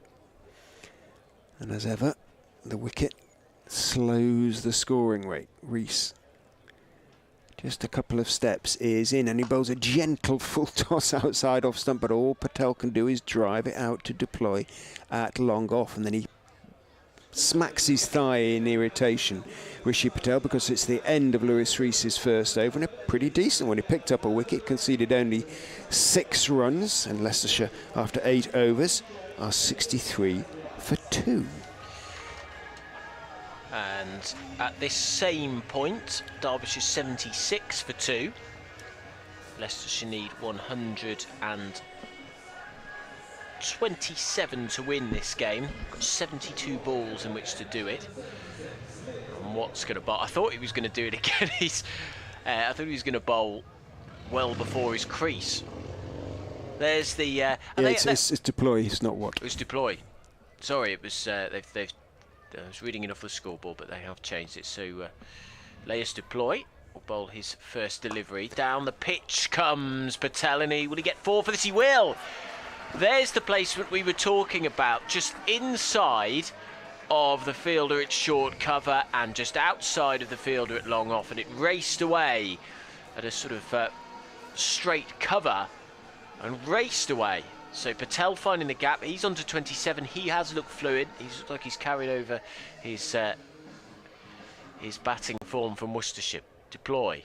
Left arm. Tosses this one up. It's driven inside edge by Patel. This one less convincing.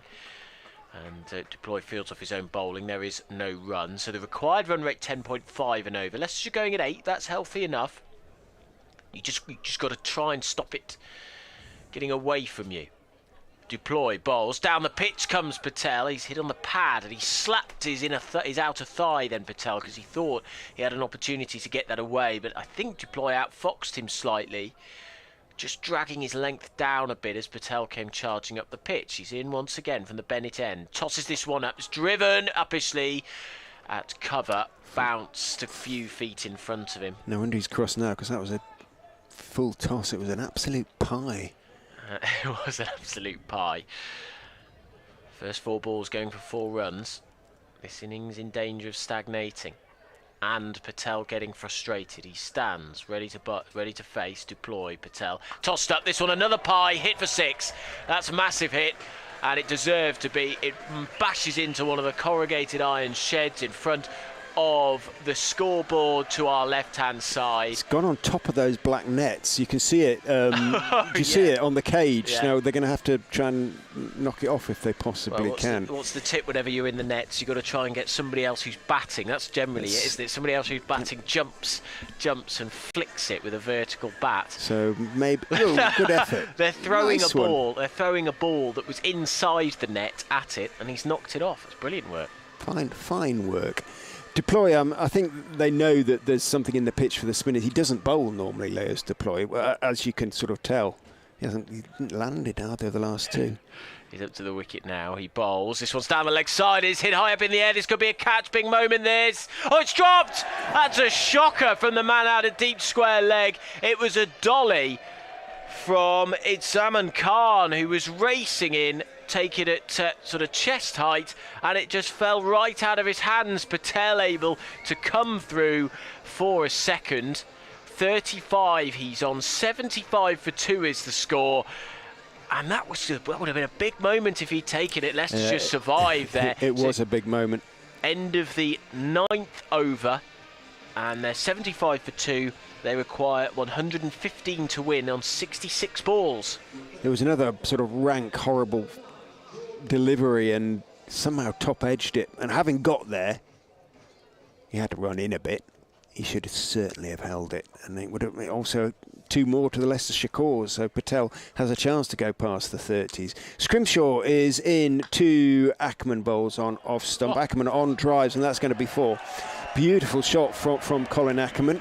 Beautifully timed. It didn't sound perfectly timed off the bat, but it certainly was when it sort of gathered pace on this very, very fast outfield. Patel is cold, like Mike Jelfs on the stand in the stand next to us. He says it's getting very chilly out there. Patel is called, I think, for another sweater out there. He's on 35 off 22. Ackerman 6 off 4. Scrimshaw is in and bowls short. Ackerman is troubled by that short delivery into the body. Takes the bottom hand off the bat as it bounces up towards his ribs and manages to push it back on the onside. He can be sharp, can George Scrimshaw, and very effective on his day. Big tall man, isn't he? Very tall, very thin. Do you like the tash? I think it's a great tash. Great tash. Bandito. It goes Scrimshaw and bowls. Ackerman steps across and pulls him for 6. Picked up beautifully and not taken cleanly in the crowd in the popular seats in front of the nets alongside the meet, but a beautiful pickup from Ackerman. It was just short outside off stump and pulled high into the crowd. Now they're going to get a replacement ball. Oh, it's come back. I was going to say don't see why umpire Lungley decided to run out for a He might have bashed it out of ball. shape. It might have hit in front of the indoor nets. There's a big concrete wall there, barbed wire fencing. It might have got stuck in all of that. They're supposed to have a look at it, though, aren't they? But I can see that Hyder's got it in had it in his hand out there, and he has thrown it back to Scrimshaw. And they're saying, "Look, we've got it now." So I'm not quite sure why umpire Lungley immediately went running off to look for a. He's got the old ball back. As long as it's all well, it seems to have been 85 for 2. 2 good shots from Ackerman there, though, Richard. One that on drive, which shows he's timing the ball nicely. We saw that in the second shot, which was more brutal, but positive signs. Scrimshaw is in, bowls, whips him off his legs, and it could be 4 more. It is 4 more. Beautifully timed again from Ackerman, who's played probably so far in this innings the 3 best shots he's played in T20 so far this season. Leicestershire's captain looks determined. He looks in the mood. 16 off 7 for him. 89 for 2. 2 balls to go in the 10th over, and Leicestershire are right up there with the necessary rate. They're scoring at 9.2. They need 9.8. They have 8 wickets in hand. Derbyshire need wickets. That Patel drop could be huge. Scrimshaw is in, slower ball. Ackerman swings and misses outside off stump. I think he apologised then, Ackerman, didn't he? He thought he should have dispatched that. But he's already done the work from the over. He doesn't need to hit out now. What does he hit? Is it 14 off the over already? Scrimshaw's first over went for 10, so 24. Yes, 14 off 5 Two balls. 4s and a 6 from him already. Scrimshaw is in. Ackerman gets a good length delivery that he can then just push out towards extra cover. In comes Zaman and misses with his throw, but Ackerman don't really know why he threw then. Ackerman had more than made his ground. End of the over, 90 for 2 after 10.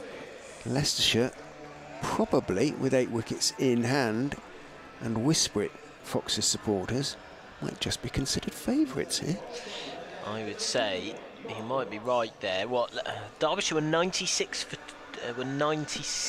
2 at this stage, so pretty much neck and neck. Patel being in, Ackerman looking in good form is a real boost to them. Watt will bowl his third over from the Bennett end. Fairhead, he's up to the wicket now, he bowls, and it's cut by Ackerman straight to the fielder. He's timing the ball really nicely, and actually they're clever, Patel and Ackerman. They scamper through for the single. The call came from the non-strikers end very quickly, and Ackerman was attuned to it. So 91 for 2. Leicestershire require 99 to win from 59 balls. Watt, past the umpire, bowls, and it's clipped away in the air. Out to deep square leg. Sort of, so strange shot. I don't want to describe it as a sweep. It's sort of a halfway between a sweep and a pull, isn't it? He swiveled down on one knee, but plays it almost at sort of shoulder height. Patel gets a single, 92 for 2. Ackerman comes in, clips it away on the leg side. They're going to try and get 2 here. It's certainly on because of the distance, but it was Hyder Ali who raced in from long on and fielded well to stop the second. 93 for 2. Ackerman on to 19 from 11. Watt comes in past the umpire, bowls, it's hit down the ground for 6. Great hit from Patel. It was in the slot and he just moved that front leg out the way and straight as a dart pumped it down the ground. Big hit from the number 3, the second highest scorer in county championship cricket. And 99 for 2 is the score. Patel on to 42, and we've got a really exciting finish ahead here at Grace Road. Watt bowls, and back goes Patel. That's a nice late cut. Well, it's straight on the square, straight to point really, but there's a gap there. So it's 100 for 2. 90 to win then for Leicestershire from 56 balls. 1 ball remaining in this over. As Ackerman this time faces the South African, is bowled to, and it's driven by the number 4. A very languid, very aesthetically pleasing batter. Ackerman drives it out to deep cover, gets a single, 101 for 2. Another good over for the Foxes. 101 for 2, so 11 off that over. And what they've done well, I was worried that required run rate was getting away from them, Richard, but they have clawed this back, and so they're almost matching it. They're in a very healthy position. The required run rate 9.9, they're going at 9.2 and over. So 89 to win for Leicestershire off 54 balls. You're listening to live cricket on the BBC. Leicestershire against Derbyshire in the T20 Blast. Tom Wood, who I think bowls off spin, is going to have a go from the pavilion end. Right armour is in. Reverse swept for 4 by Colin Ackerman. Got that nice and fine. Although the ball was nothing like a half volley outside off stump, Watt was on the edge of the circle at short third man. And Ackerman basically helped it on its way between the wicketkeeper and Watt. In again goes Wood, and again is reverse swept. This time 1 bounce to the third man boundary by Ackerman for 4. I think he's been a bit fed up with the way, probably was particularly fed up with the way Leicestershire sort of played their out cricket in the first innings of this game, and he looks a man on a mission at the moment. Colin Ackerman, 28 off 14 balls. Can he keep it going? They've had to put third man out Derbyshire as a consequence. First 2 balls of Wood go for 4. He is in, drags it right down. Ackerman goes back, turns it towards mid-wicket, wants a second, and he's going to get one, because rather daft really there, Wood. He went chasing back, fielded it himself, despite the fact that Anuj Dar, one of the best fielders on the Derbyshire side, was running in and would have gotten to the ball with the momentum. And he had nobody. Wood slid, and there was, as you say, nobody at the crease, so he was sort of throwing going backwards anyway. But anyway, in he goes and bowled, dragged down outside off stump, chopped out into the offside, but a good stop by Madsen, who I'm a little surprised hasn't had an over or 2 himself, to be quite honest.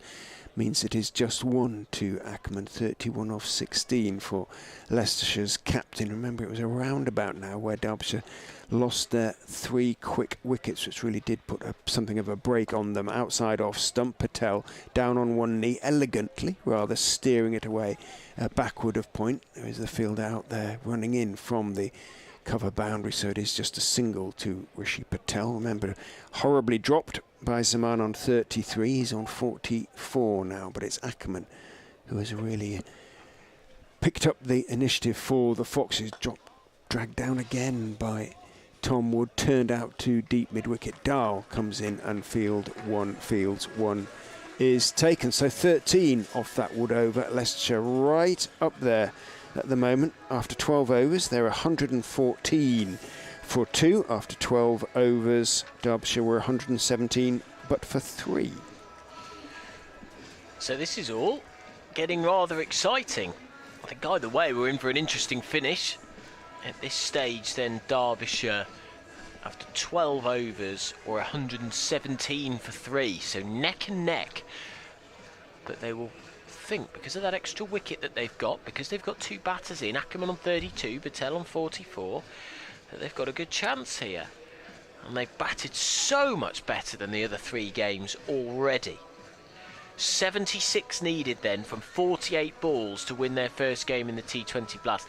They've got a bit of a stoppage out there at the moment. Tape for Rishi's bat. Tape for Rishi's bat. I'll let you know what else is going on in the T20 Blast in the meantime. Lancashire 10 for 1 off 2 overs, chasing 196 in the Roses game up at Headingley. Got Josh Butler back for that game, Lancashire. He's been in no sort of form though, has he, Butler, really, in the IPL? No. I'd still rather have him in my team. Oh yeah. So what will bowl his final over? None for 22 so far. The umpire stands so far back for him, doesn't he? Because he often bowls the ball before he gets to the crease. His first delivery is on a leg stump line. It's played down the ground. I don't know what sort of ran off in the direction and pulled up slightly. Bit of a hop and a skip, as if he might be injured, but he looks all right now. He's run it off. 115 for 2. Ackerman on to 33 off 18. Patel now facing. Bat raised high. He's up to the wicket now, and he's hit. Was he hit on the pad, or was it a leading edge? Watching the bat. No, it was a pad, but it must have been going down the leg side, Richard. There was absolutely no appeal whatsoever. Maybe it just moved over towards the leg side. I mean, you could see all the stumps. 116 for 2. Ackerman on strike now. As this is a straight delivery, tucks Ackerman up for room somewhat, and he glides it away behind square on the onside. Keeping the pace up is what, trying to keep the pressure up on the Leicestershire batsman. Run rate at 9.4 and over for Leicestershire. The required one is 9.7. They're going at the right pace as Patel swipes at this. It's in the air, out to the fielder, and caught this time. And there's a big pump of the fist because Patel has gone for 44. Big partnership with Ackerman has to come to an end. And does that pendulum swing a little bit more towards Derbyshire now? You'd still fancy Leicestershire. They've got 7 wickets in hand, but that is a big wicket to fall. So, caught by Dahl out in the outfield for 44. Rishi Patel off the bowling of Watt. He gets his first wicket. The Foxes 117 for 3, and they need 73 to win from 44 balls. Yeah, didn't really need to do that, Rishi Patel. I.e. go for a sort of maximum. Could have kept working around because these two were playing so nicely together, and Ackerman obviously is going so well, but still a very useful contribution indeed from Rishi Patel. That 44 brings Vian Mulder to the crease to join his compatriot Ackerman. Well, I think what did really well is he built the pressure on Patel to make it feel like he did need to hit out. Singles, bowling very quickly, back to back to back.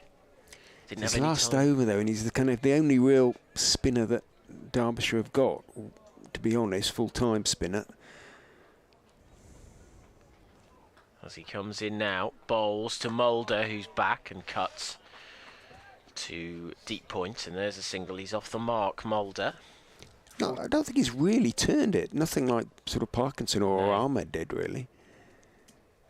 But I think he's just a little bit unpredictable, changes his flight, changes his pace a bit.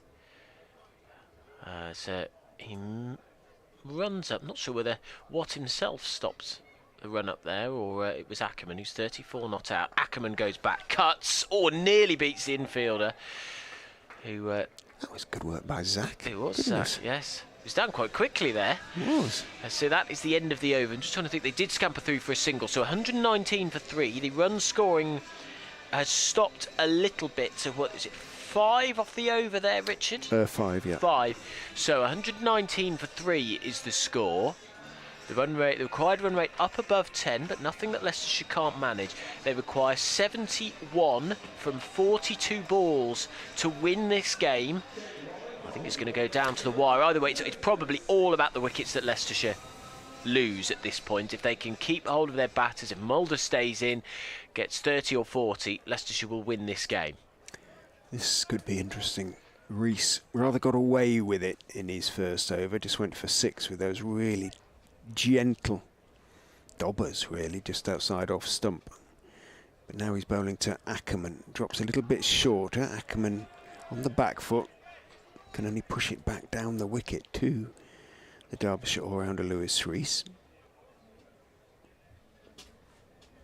Run rate required has crept back over 10. Rees is in to Ackerman, who drives through Mulder's legs, runs down to Duploy, who is at long off. Not often you see a captain as far from the action as Duploy is in this game, and it looks kind of like Brooke Guest behind the stumps. He's doing a lot of the sort of directing of fielding traffic, so to speak. 120 for 3.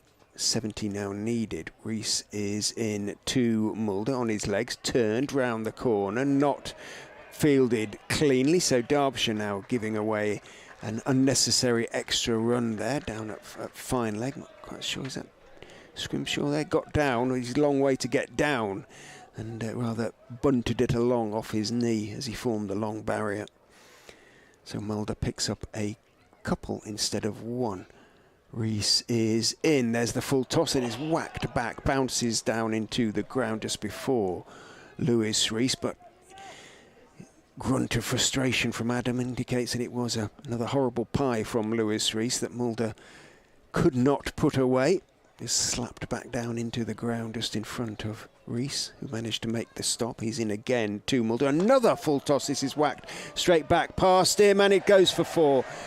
This time Long on, who dived to his left, couldn't make the stop. He did, I think, get 2 hands to it, but unfortunately couldn't field the ball, couldn't get enough behind it to prevent it bursting through his hands and going for 4. So Mulder on 2-7. They bowled an awful lot of rubbish, frankly, these Derbyshire sort of part-timers. Rees isn't a part-timer, that's a better delivery. Pitches at least, and Mulder goes for the drive, gets a thick outside edge, squirts it out towards Dahl at point. And there is a single, so 127 for 3, 8 runs from the over. I suppose that counts just about as a win for Derbyshire, really, needing 10.5 and over to go for 8 in the circumstances. But again, no wickets lost. 127 for 3 after 14. Leicestershire, 126 for 5 after 14. Derbyshire, so you could say the Foxes now ahead of the game. Yeah, they haven't lost, they haven't had a spell of losing wickets as of yet. So they require then 63 to win.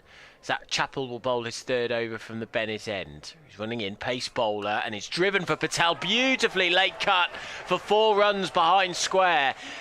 That was a shot that just saps the pressure off of Leicestershire. And they need the boundaries, they need regular boundaries, and that was a fantastic shot from Vian Mulder, who just waited for that, leant into it, and played it very late. 131 for 3, Mulder on to 12. The South African then faces Chappell. He bowls and he's cut as he edged it. He's walked. He's walked. So, yes. The umpire's finger didn't go up, so I wasn't sure at first, but Mulder turned and walked off. He's got a little feather. And again, the game just switches. You thought with those two boundaries either side of the this over in the last, that Leicestershire might just have refound their pace again and their form and their momentum. But Mulder has to go for 12. And it is 131 for 4 now. 6 wickets left for Leicestershire. They need 59 from 34 balls.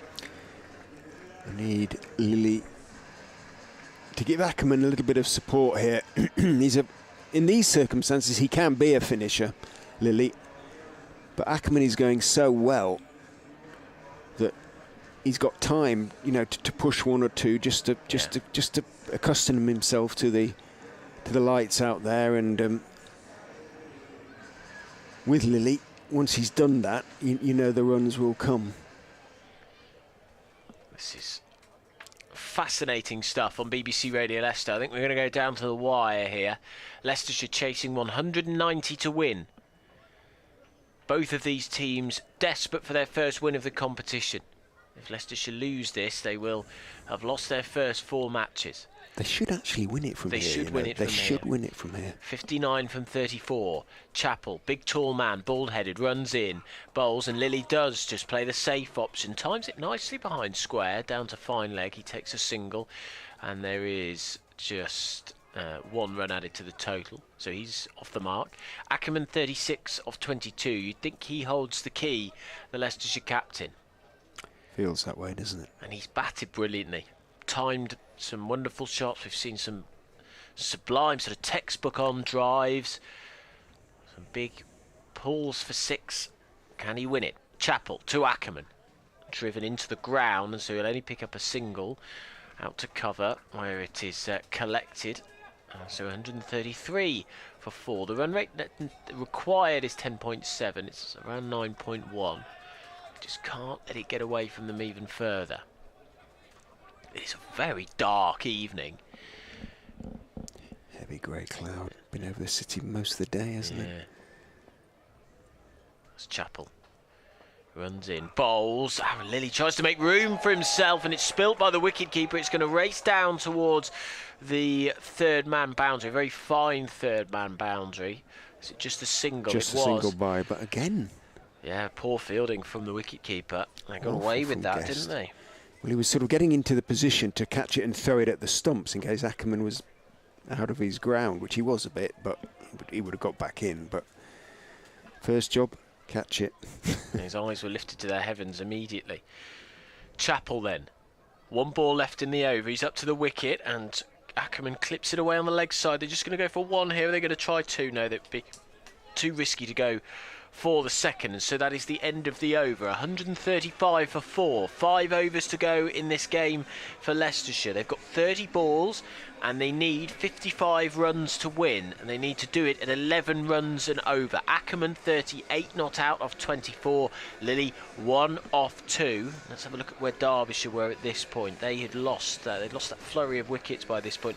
129 for 5. They are ahead of where they were, but they had, at this point, I guess the key difference, Richard, is that they had a bloke who was on, 50, 60 not out at this point. Leicestershire, while Ackerman is in great form on 38, is not quite in the position yet to completely dominate. George Scrimshaw, who has been expensive, 2 overs for 25 so far. He's going to try and improve that from the pavilion end. Runs in, bowls to Ackerman, who backs away, tries to carve it over the offside, doesn't get anything on it, bounces over the top of the stumps, a good few inches over the top of the stumps, taken by Guest behind the stumps. Hint of desperation. They still only need, 11 and a half runs and over. but it will climb rapidly. Now, as Scrimshaw is in again outside off stump, again Ackerman tries to chop it away, again doesn't get anything on it. 2-dot balls from the mustachioed Scrimshaw. And a chorus of approval from his Derbyshire teammates. He's found a bit of carry, Scrimshaw, hasn't he? Going through at some lick to guess behind the stumps. Grace Road tense. They know how important this game is. Scrimshaw is in. Ackerman is tucked up a little bit. Turns it down towards long on. He's interested in the possibility of a second. But long on gets in quickly enough to make sure that Ackerman just picks up one. So just a single off the first 3 balls of the over. And as a consequence, the rate required has now gone up to 12. Our commentary box door just blew open there, and it is chilly out there now. It really is. Scrimshaw and Duploy, his captain, thinking and talking now. Aaron Lilly presenting them with something of a problem, because you never quite know where he's going to try and hit it.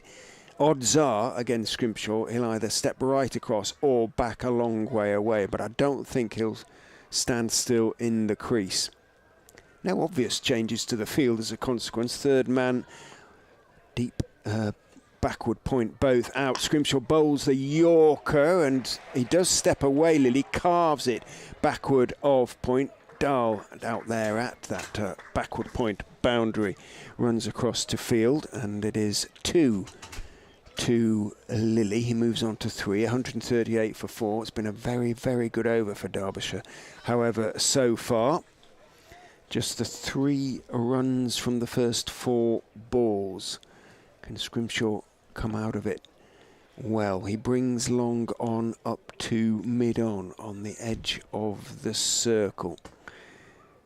Runs past umpire Longley, bowls to Lilly, who backs away, hits it in the air, should be caught by Dahl, running in from backward point on the boundary, and is. Well, that was kind of predictable, Adam.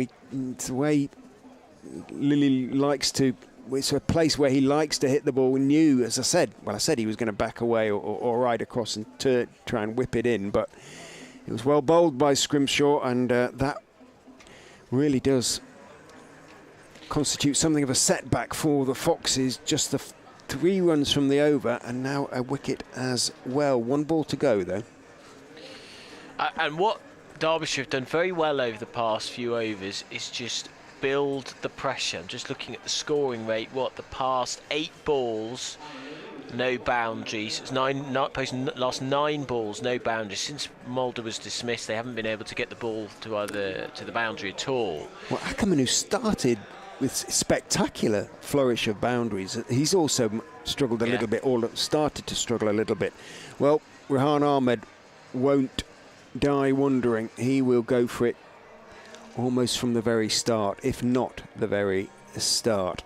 And they've squeezed them very well, and that forced, I think Lilly was really due to be playing the anchor role, but I can understand why he felt he needed to hit out, because Ackerman hadn't been able to get the ball away earlier in the over. Scrimshaw to finish his over is in to Ahmed, who is uppercutting as well, and he's uppercutting for 6. Well, Scrimshaw can't believe that. He's got his hands buried. He's got his face buried in his hands there. He's standing. Why did he bowl there? He's wondering. A quick ball. It needed only to be length ball, really, and he has ruined what was, up to that point, an outstanding over by conceding 6. It was a fine shot from Rehan Ahmed, who punches his bat with delight. 6 off the 1 ball he's faced, and well, has that swung the game again a little bit back towards the Foxes. They're 144 for 5 after 16, needing 46 from 4. They're still ahead of the game. Yeah, 46 from 24. This is right in the balance, and it just depends on Ackerman whether he can refine the boundary here and whether they can keep that momentum up. That 6 is a huge moment. It was a dumb delivery, wasn't it, from Scrimshaw? It was. Really, after such a good over. Asking for it. So Zaman Khan, 2 overs, none for 17. The Pakistani will bowl from the Bennett end. 4 overs to go. His slingy axe is driven straight at mid-off by Ackerman, whose rocket pace at the start of the innings has slowed somewhat. And this is a big moment for Ahmed too. He's had a very good game. He bowled very well earlier on in the Derbyshire innings. One of few really to come away with good figures. He went 5 and over, 2 for 20. Got some spin, used some nice variation. We haven't really seen in T20 cricket what he's capable of with the bat. As he looks around, surveying the scene, you can tell he's talking to himself out there. As he stands, bends his knees, moves away from his stumps and pulls this as Khan followed him. And he pulls it down the ground. The throw is a little bit wild from Hyder Ali, but it's collected well. I think Guest read that nicely, otherwise there would have been another overthrow. So Ahmed gets another single. 1-4-6 for 5. 44 to win off 22. Into the 17th over. Floodlights bright in the centre of Leicester. Dark grey cloud all around us. The trees and the flags fluttering in the breeze at Grace Road. As Khan is in, bowls a full toss and Ackerman can't get it away. It was right at his body, sort of hit by. Are they going to try for a second? No, they just get a single. Not quite high enough for a no ball. I guess it was just that it was a bad ball, but the line was good enough to tuck up Ackerman. So all he could do was play it down the ground. 3 singles from the first 3 deliveries. 43 from 21. That run rate at 12 and over. They're going at 9. So Ahmed then, open stance, crouches as Khan bowls in, and it's a good bouncer, and it's a dot ball. Ahmed moved away. I think Khan just adjusted his line ever so slightly to move it over towards the offside, and Ahmed couldn't reach it. Through it goes. Dot ball. Just 3 off the over so far. They need a boundary, Leicestershire. It was a risky one with third man and backward point on the edge of the circle. They're now all on the leg side. The Pakistani now past the umpire. He's up to the wicket. He bowls, and Ackerman drives, and it's fielded. Another dot ball. This will be a big over for Derbyshire if they can keep it tight. Zaman Khan, 2.5 overs, none for 20. 3 off the first 5, just like Scrimshaw in the previous over. Then he went for 6. Can Ahmed repeat the feat? He looks very chilled out there. He's got that attitude. He's got that youthful exuberance, that youthful character. As Khan bowls, and Ahmed hits it for 4. 1 bounce 4. Another big release of pressure, and another fist pump from the England international, who hit that hard down the ground and again just relieves the pressure. It's not a big over for Leicestershire, but it takes it from what was a very good over for Derbyshire to a survivable over for the Foxes. 151 for 5, 7 off the over. Ahmed is now on to 11 off 5 deliveries. Ackerman 41 at the other end. So Leicestershire require 39 of 18. Guess what Derbyshire were on after 17 overs? Would it be 140? Would it be 151 for 5? It would. The score's absolutely level. But they had a pretty good finish. Derbyshire, 38 off their last 3 overs. Leicestershire going to have to match that +1 to win the game. Could be a tie, you know. 5 wickets down. Chappell. Zach from the pavilion end is in, bowls to Ackerman, who awkwardly works it into the leg side, but there should be 2 in it. There are 2 in it. Hyder comes in and throws as wildly as you like in an effort to prevent the second, but plenty of Derbyshire players backing up as it goes well wide of Brooke Guest. Ackerman takes 2. Chance of Leicestershire. Chappell is in to Ackerman, bowls. Perhaps a slightly slower ball, full on his legs, clipped out towards long on. Throw comes in, but Ahmed is quick between the wickets. Scrimshaw was quite quick to the ball, but it was a slightly wide throw and comfortable enough to Hey Jude Ahmed's added some nice impetus, going for 2 off every ball. He called that early. It was at his end, and they put the pressure on the fielding side. Chappell turns. This is his final over, runs in, bowls to Ackerman, who paddles him around the corner, having stepped across his stumps, and paddles it down to fine leg for 4. Nice shot from Ackerman, who took it from well outside off stump. As premeditated as you like, and Chappell tried to sort of follow him, but the length was right, and Ackerman got his bat underneath the ball, scooped it on down to fine leg and picks up 4, 159 for 5. Very good over for the Foxes so far. 8 from the first 3 balls. Ackerman, approaching his half century, is on 49. Chappell in and bowls straight, and that is his 50. It's a full delivery, pushed out towards long on, but it will be just a single as Wood goes running in to meet the ball. Ackerman's 50 came, as I say, off 33 deliveries, includes 5 4s and 1 6. First 50 of Leicestershire's T20 campaign. Makes a big old difference. It really does.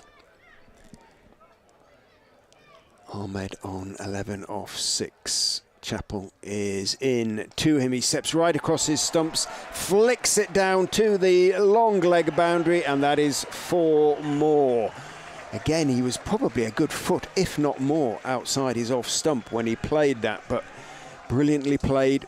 And Chappell is going around the park on his former home ground. 164 for 5, so 13 from the over so far, more than Leicestershire need, and they have still 1 ball to go, 1 ball to try and put away. Chappell in to Ahmed, slower ball bouncer, but Ahmed tries to help it on its way, tries to uppercut it, and then punches his bat with frustration as he misses it, and it bounces through to Guest. Even so, as I say, 13 off the over. Leicestershire can be content with that. They need 26 from the final 2. Still sounds quite a lot, it does. Put that way, doesn't 13 and over, obviously, but they've given themselves a chance.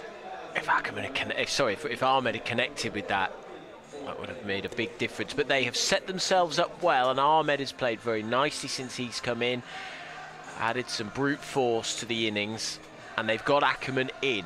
They can do this. It is well within their reach. First really close finish we've had, isn't it? Yeah, and for quite a while, even last year when they did very well, Richard, we didn't see many close finishes. Leicestershire either got battered or battered other teams, whether that was at Headingley or whatever. They go to teams and win heavily. We haven't seen many close finishes. So then, Leicestershire need 26 to win off 12 deliveries. Colin Ackerman will face Zaman Khan, who will bowl his final over. None for 24 off 3.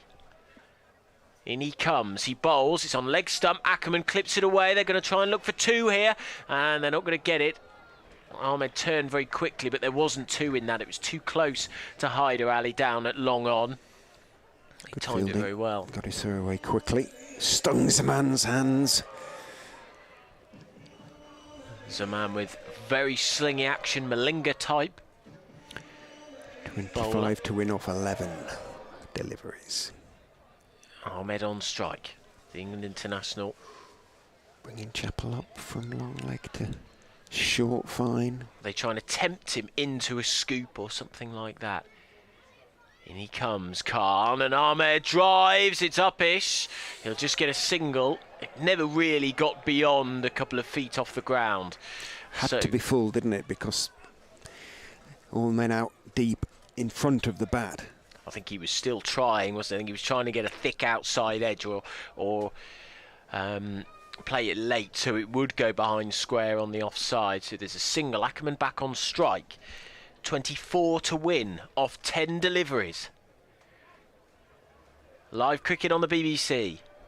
Ackerman faces Khan. He's up to the wicket. He bowls. He drags it in, and it's cut for 4.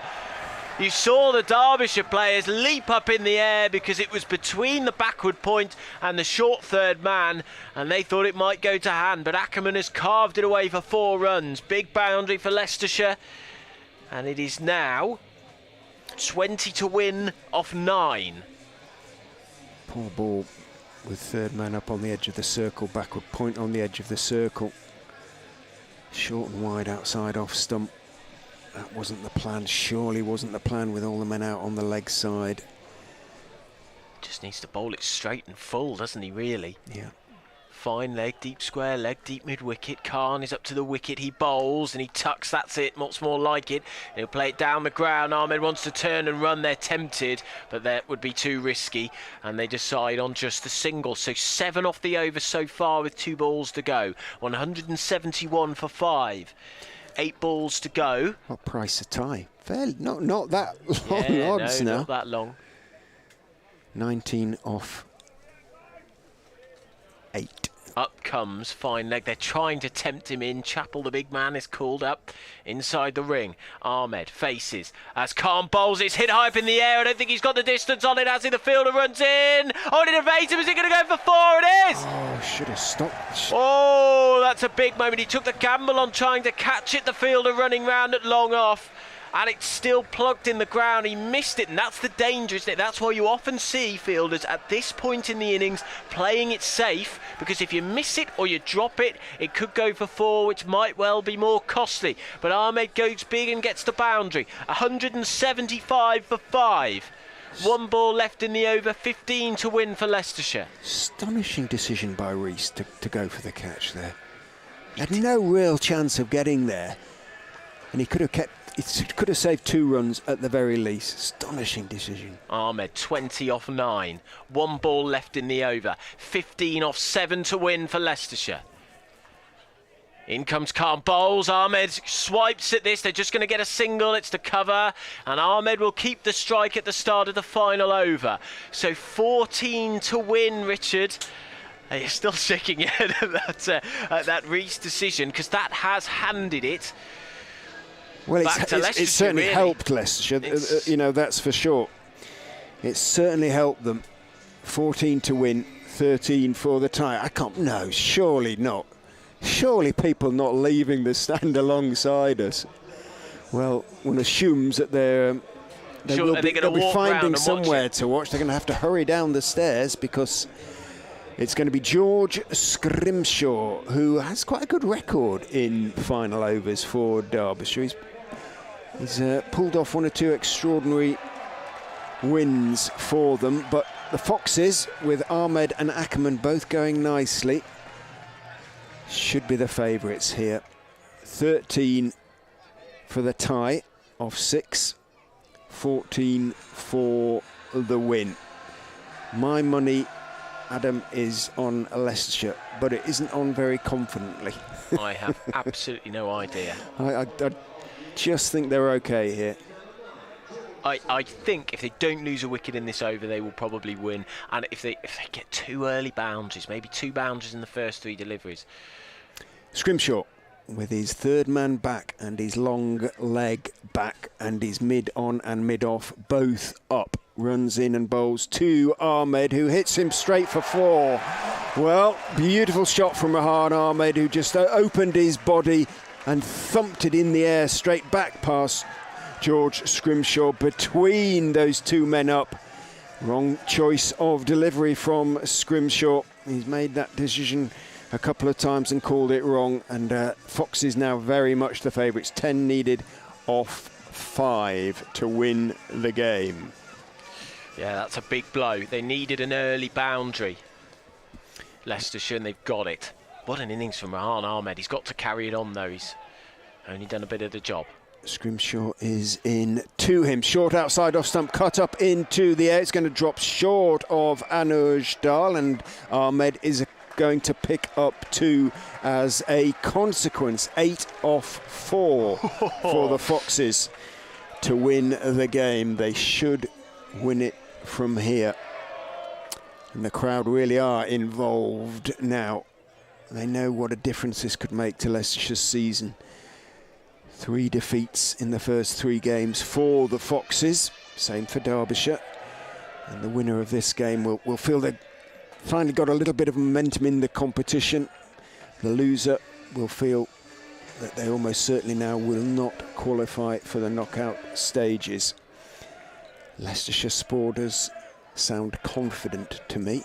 Great atmosphere out there. Long conversations, Duploy, Madsen. I'm surprised he hasn't had an over. He usually fiddles one over in. And Scrimshaw is kind of waiting for instructions, I think, as much as anything.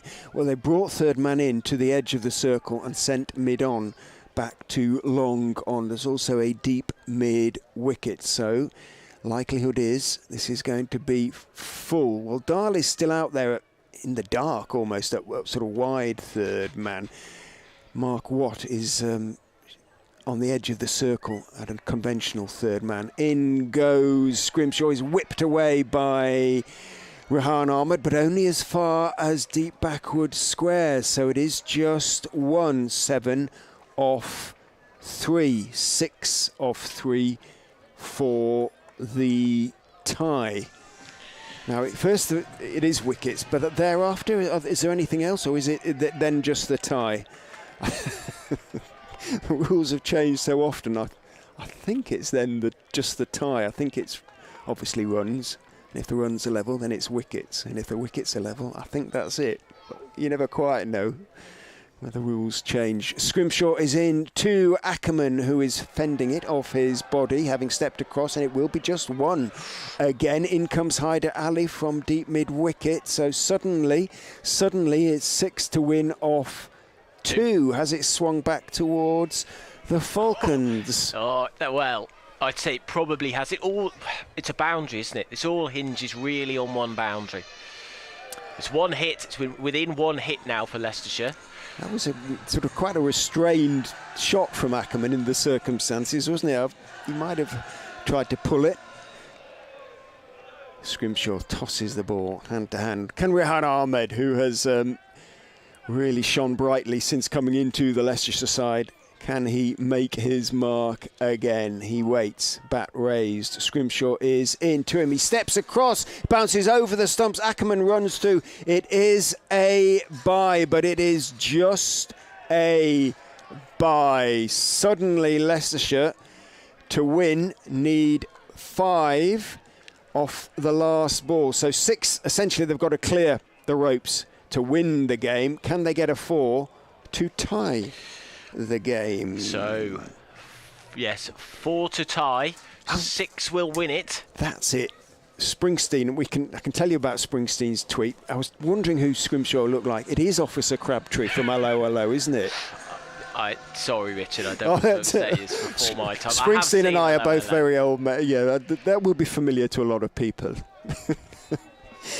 I'm going to desperately try not to start speaking like Officer Crabtree now, because he spoke the most amazing sort of English French. But anyway, let's concentrate on the game, because it is a huge delivery in Leicestershire's season, and I suspect in Derbyshire's as well. 1 delivery. Leicestershire would dearly like a 4 to tie, and on strike is the captain on 57 not out. Ackerman waits. Scrimshaw is in. Bowls to him. It isn't going to be. Derbyshire have won the game. All Ackerman can do is hit it out to long on. Take 2. And Derbyshire have won. Leicestershire finish on 187 for 5. They lose the game by 2. Derbyshire win the game by 2. They have got their 2020 season underway. The Foxes, I'm afraid, go to 4 defeats out of 4. For me, Adam, I can't quite believe that they weren't able, in the circumstances with those wickets in hand, to get over the line. I think they were the favourites for a long time. They were, and it was those 3 balls in the final over where Ahmed and Ackerman just couldn't get it away. And it was an Ackerman just didn't look like he was 100% sure what to do with that final delivery, whether to charge down the pitch and give it a smack, whether to double bluff him, and he just got stuck in the end, only being able to get 2. They've fallen agonisingly short. It was nearly the perfect chase, and that ball from Ahmed where he moved across his stumps, didn't make any contact with it. Ahmed is absolutely gutted out there, but Leicestershire have lost. I can't really pinpoint a moment where they lost it, but I guess they were just, for a lot of that chase, just slightly behind. In terms of the batting, I would agree, but they should have won it. But they left so many runs out there in the field, didn't they? They did. At least 12, I think, as a result of overthrows. And Ackerman and Ahmed are absolutely dragging themselves off. They can't quite believe. I think they should have got across the line, nonetheless, Connor. But they also made it harder for themselves than they needed to with some of their out cricket in this game, and they will see this. I think they'll be, in a way, more disappointed about this result. In fact, I'm certain they'll be much more disappointed about this defeat than the first three heavy defeats. Shouts of joy from the Derbyshire benches at the conclusion of that match. Colin Ackerman with his head bowed as he makes his way towards his teammates. Disappointment for the Foxes in the end, just 2 runs short of that total of 189 for Derbyshire set them in the first innings. Regardless of what happened though, boys, that was a fantastic advert for T20 cricket. Yeah, it was tense, certainly, and there was a wonderful innings from Wayne Madsen. You might kind of be able to grab one of the Leicestershire players or one of the coaching staff as they come off past you, and it'd be interesting to know what they say. But yeah, there was some wonderful cricket played in it, but they'll be so disappointed about the way they lost it. Massive blow for the Foxes, losing that. It means that they're 4 games into their T20 Blast campaign, 4 defeats for the Foxes. How big of a blow is this, perhaps psychologically? Yeah, I think that's the killer for you, Connor, really. They've lost all 4 of their games. They've handed a bit of an impetus to one of their rivals. And what I think will be difficult for them is that they really have the opportunity to win this game. We were talking about the impact of this. They're now going to have to win 8 or 9 of their remaining 10 games, which is such a difficult task. They put a lot of pressure on themselves, and victory today would have launched them into the weekend. They've got Northamptonshire tomorrow, Durham on Sunday, game on Tuesday as well, and they would have gone into that with a lot of confidence, but they will go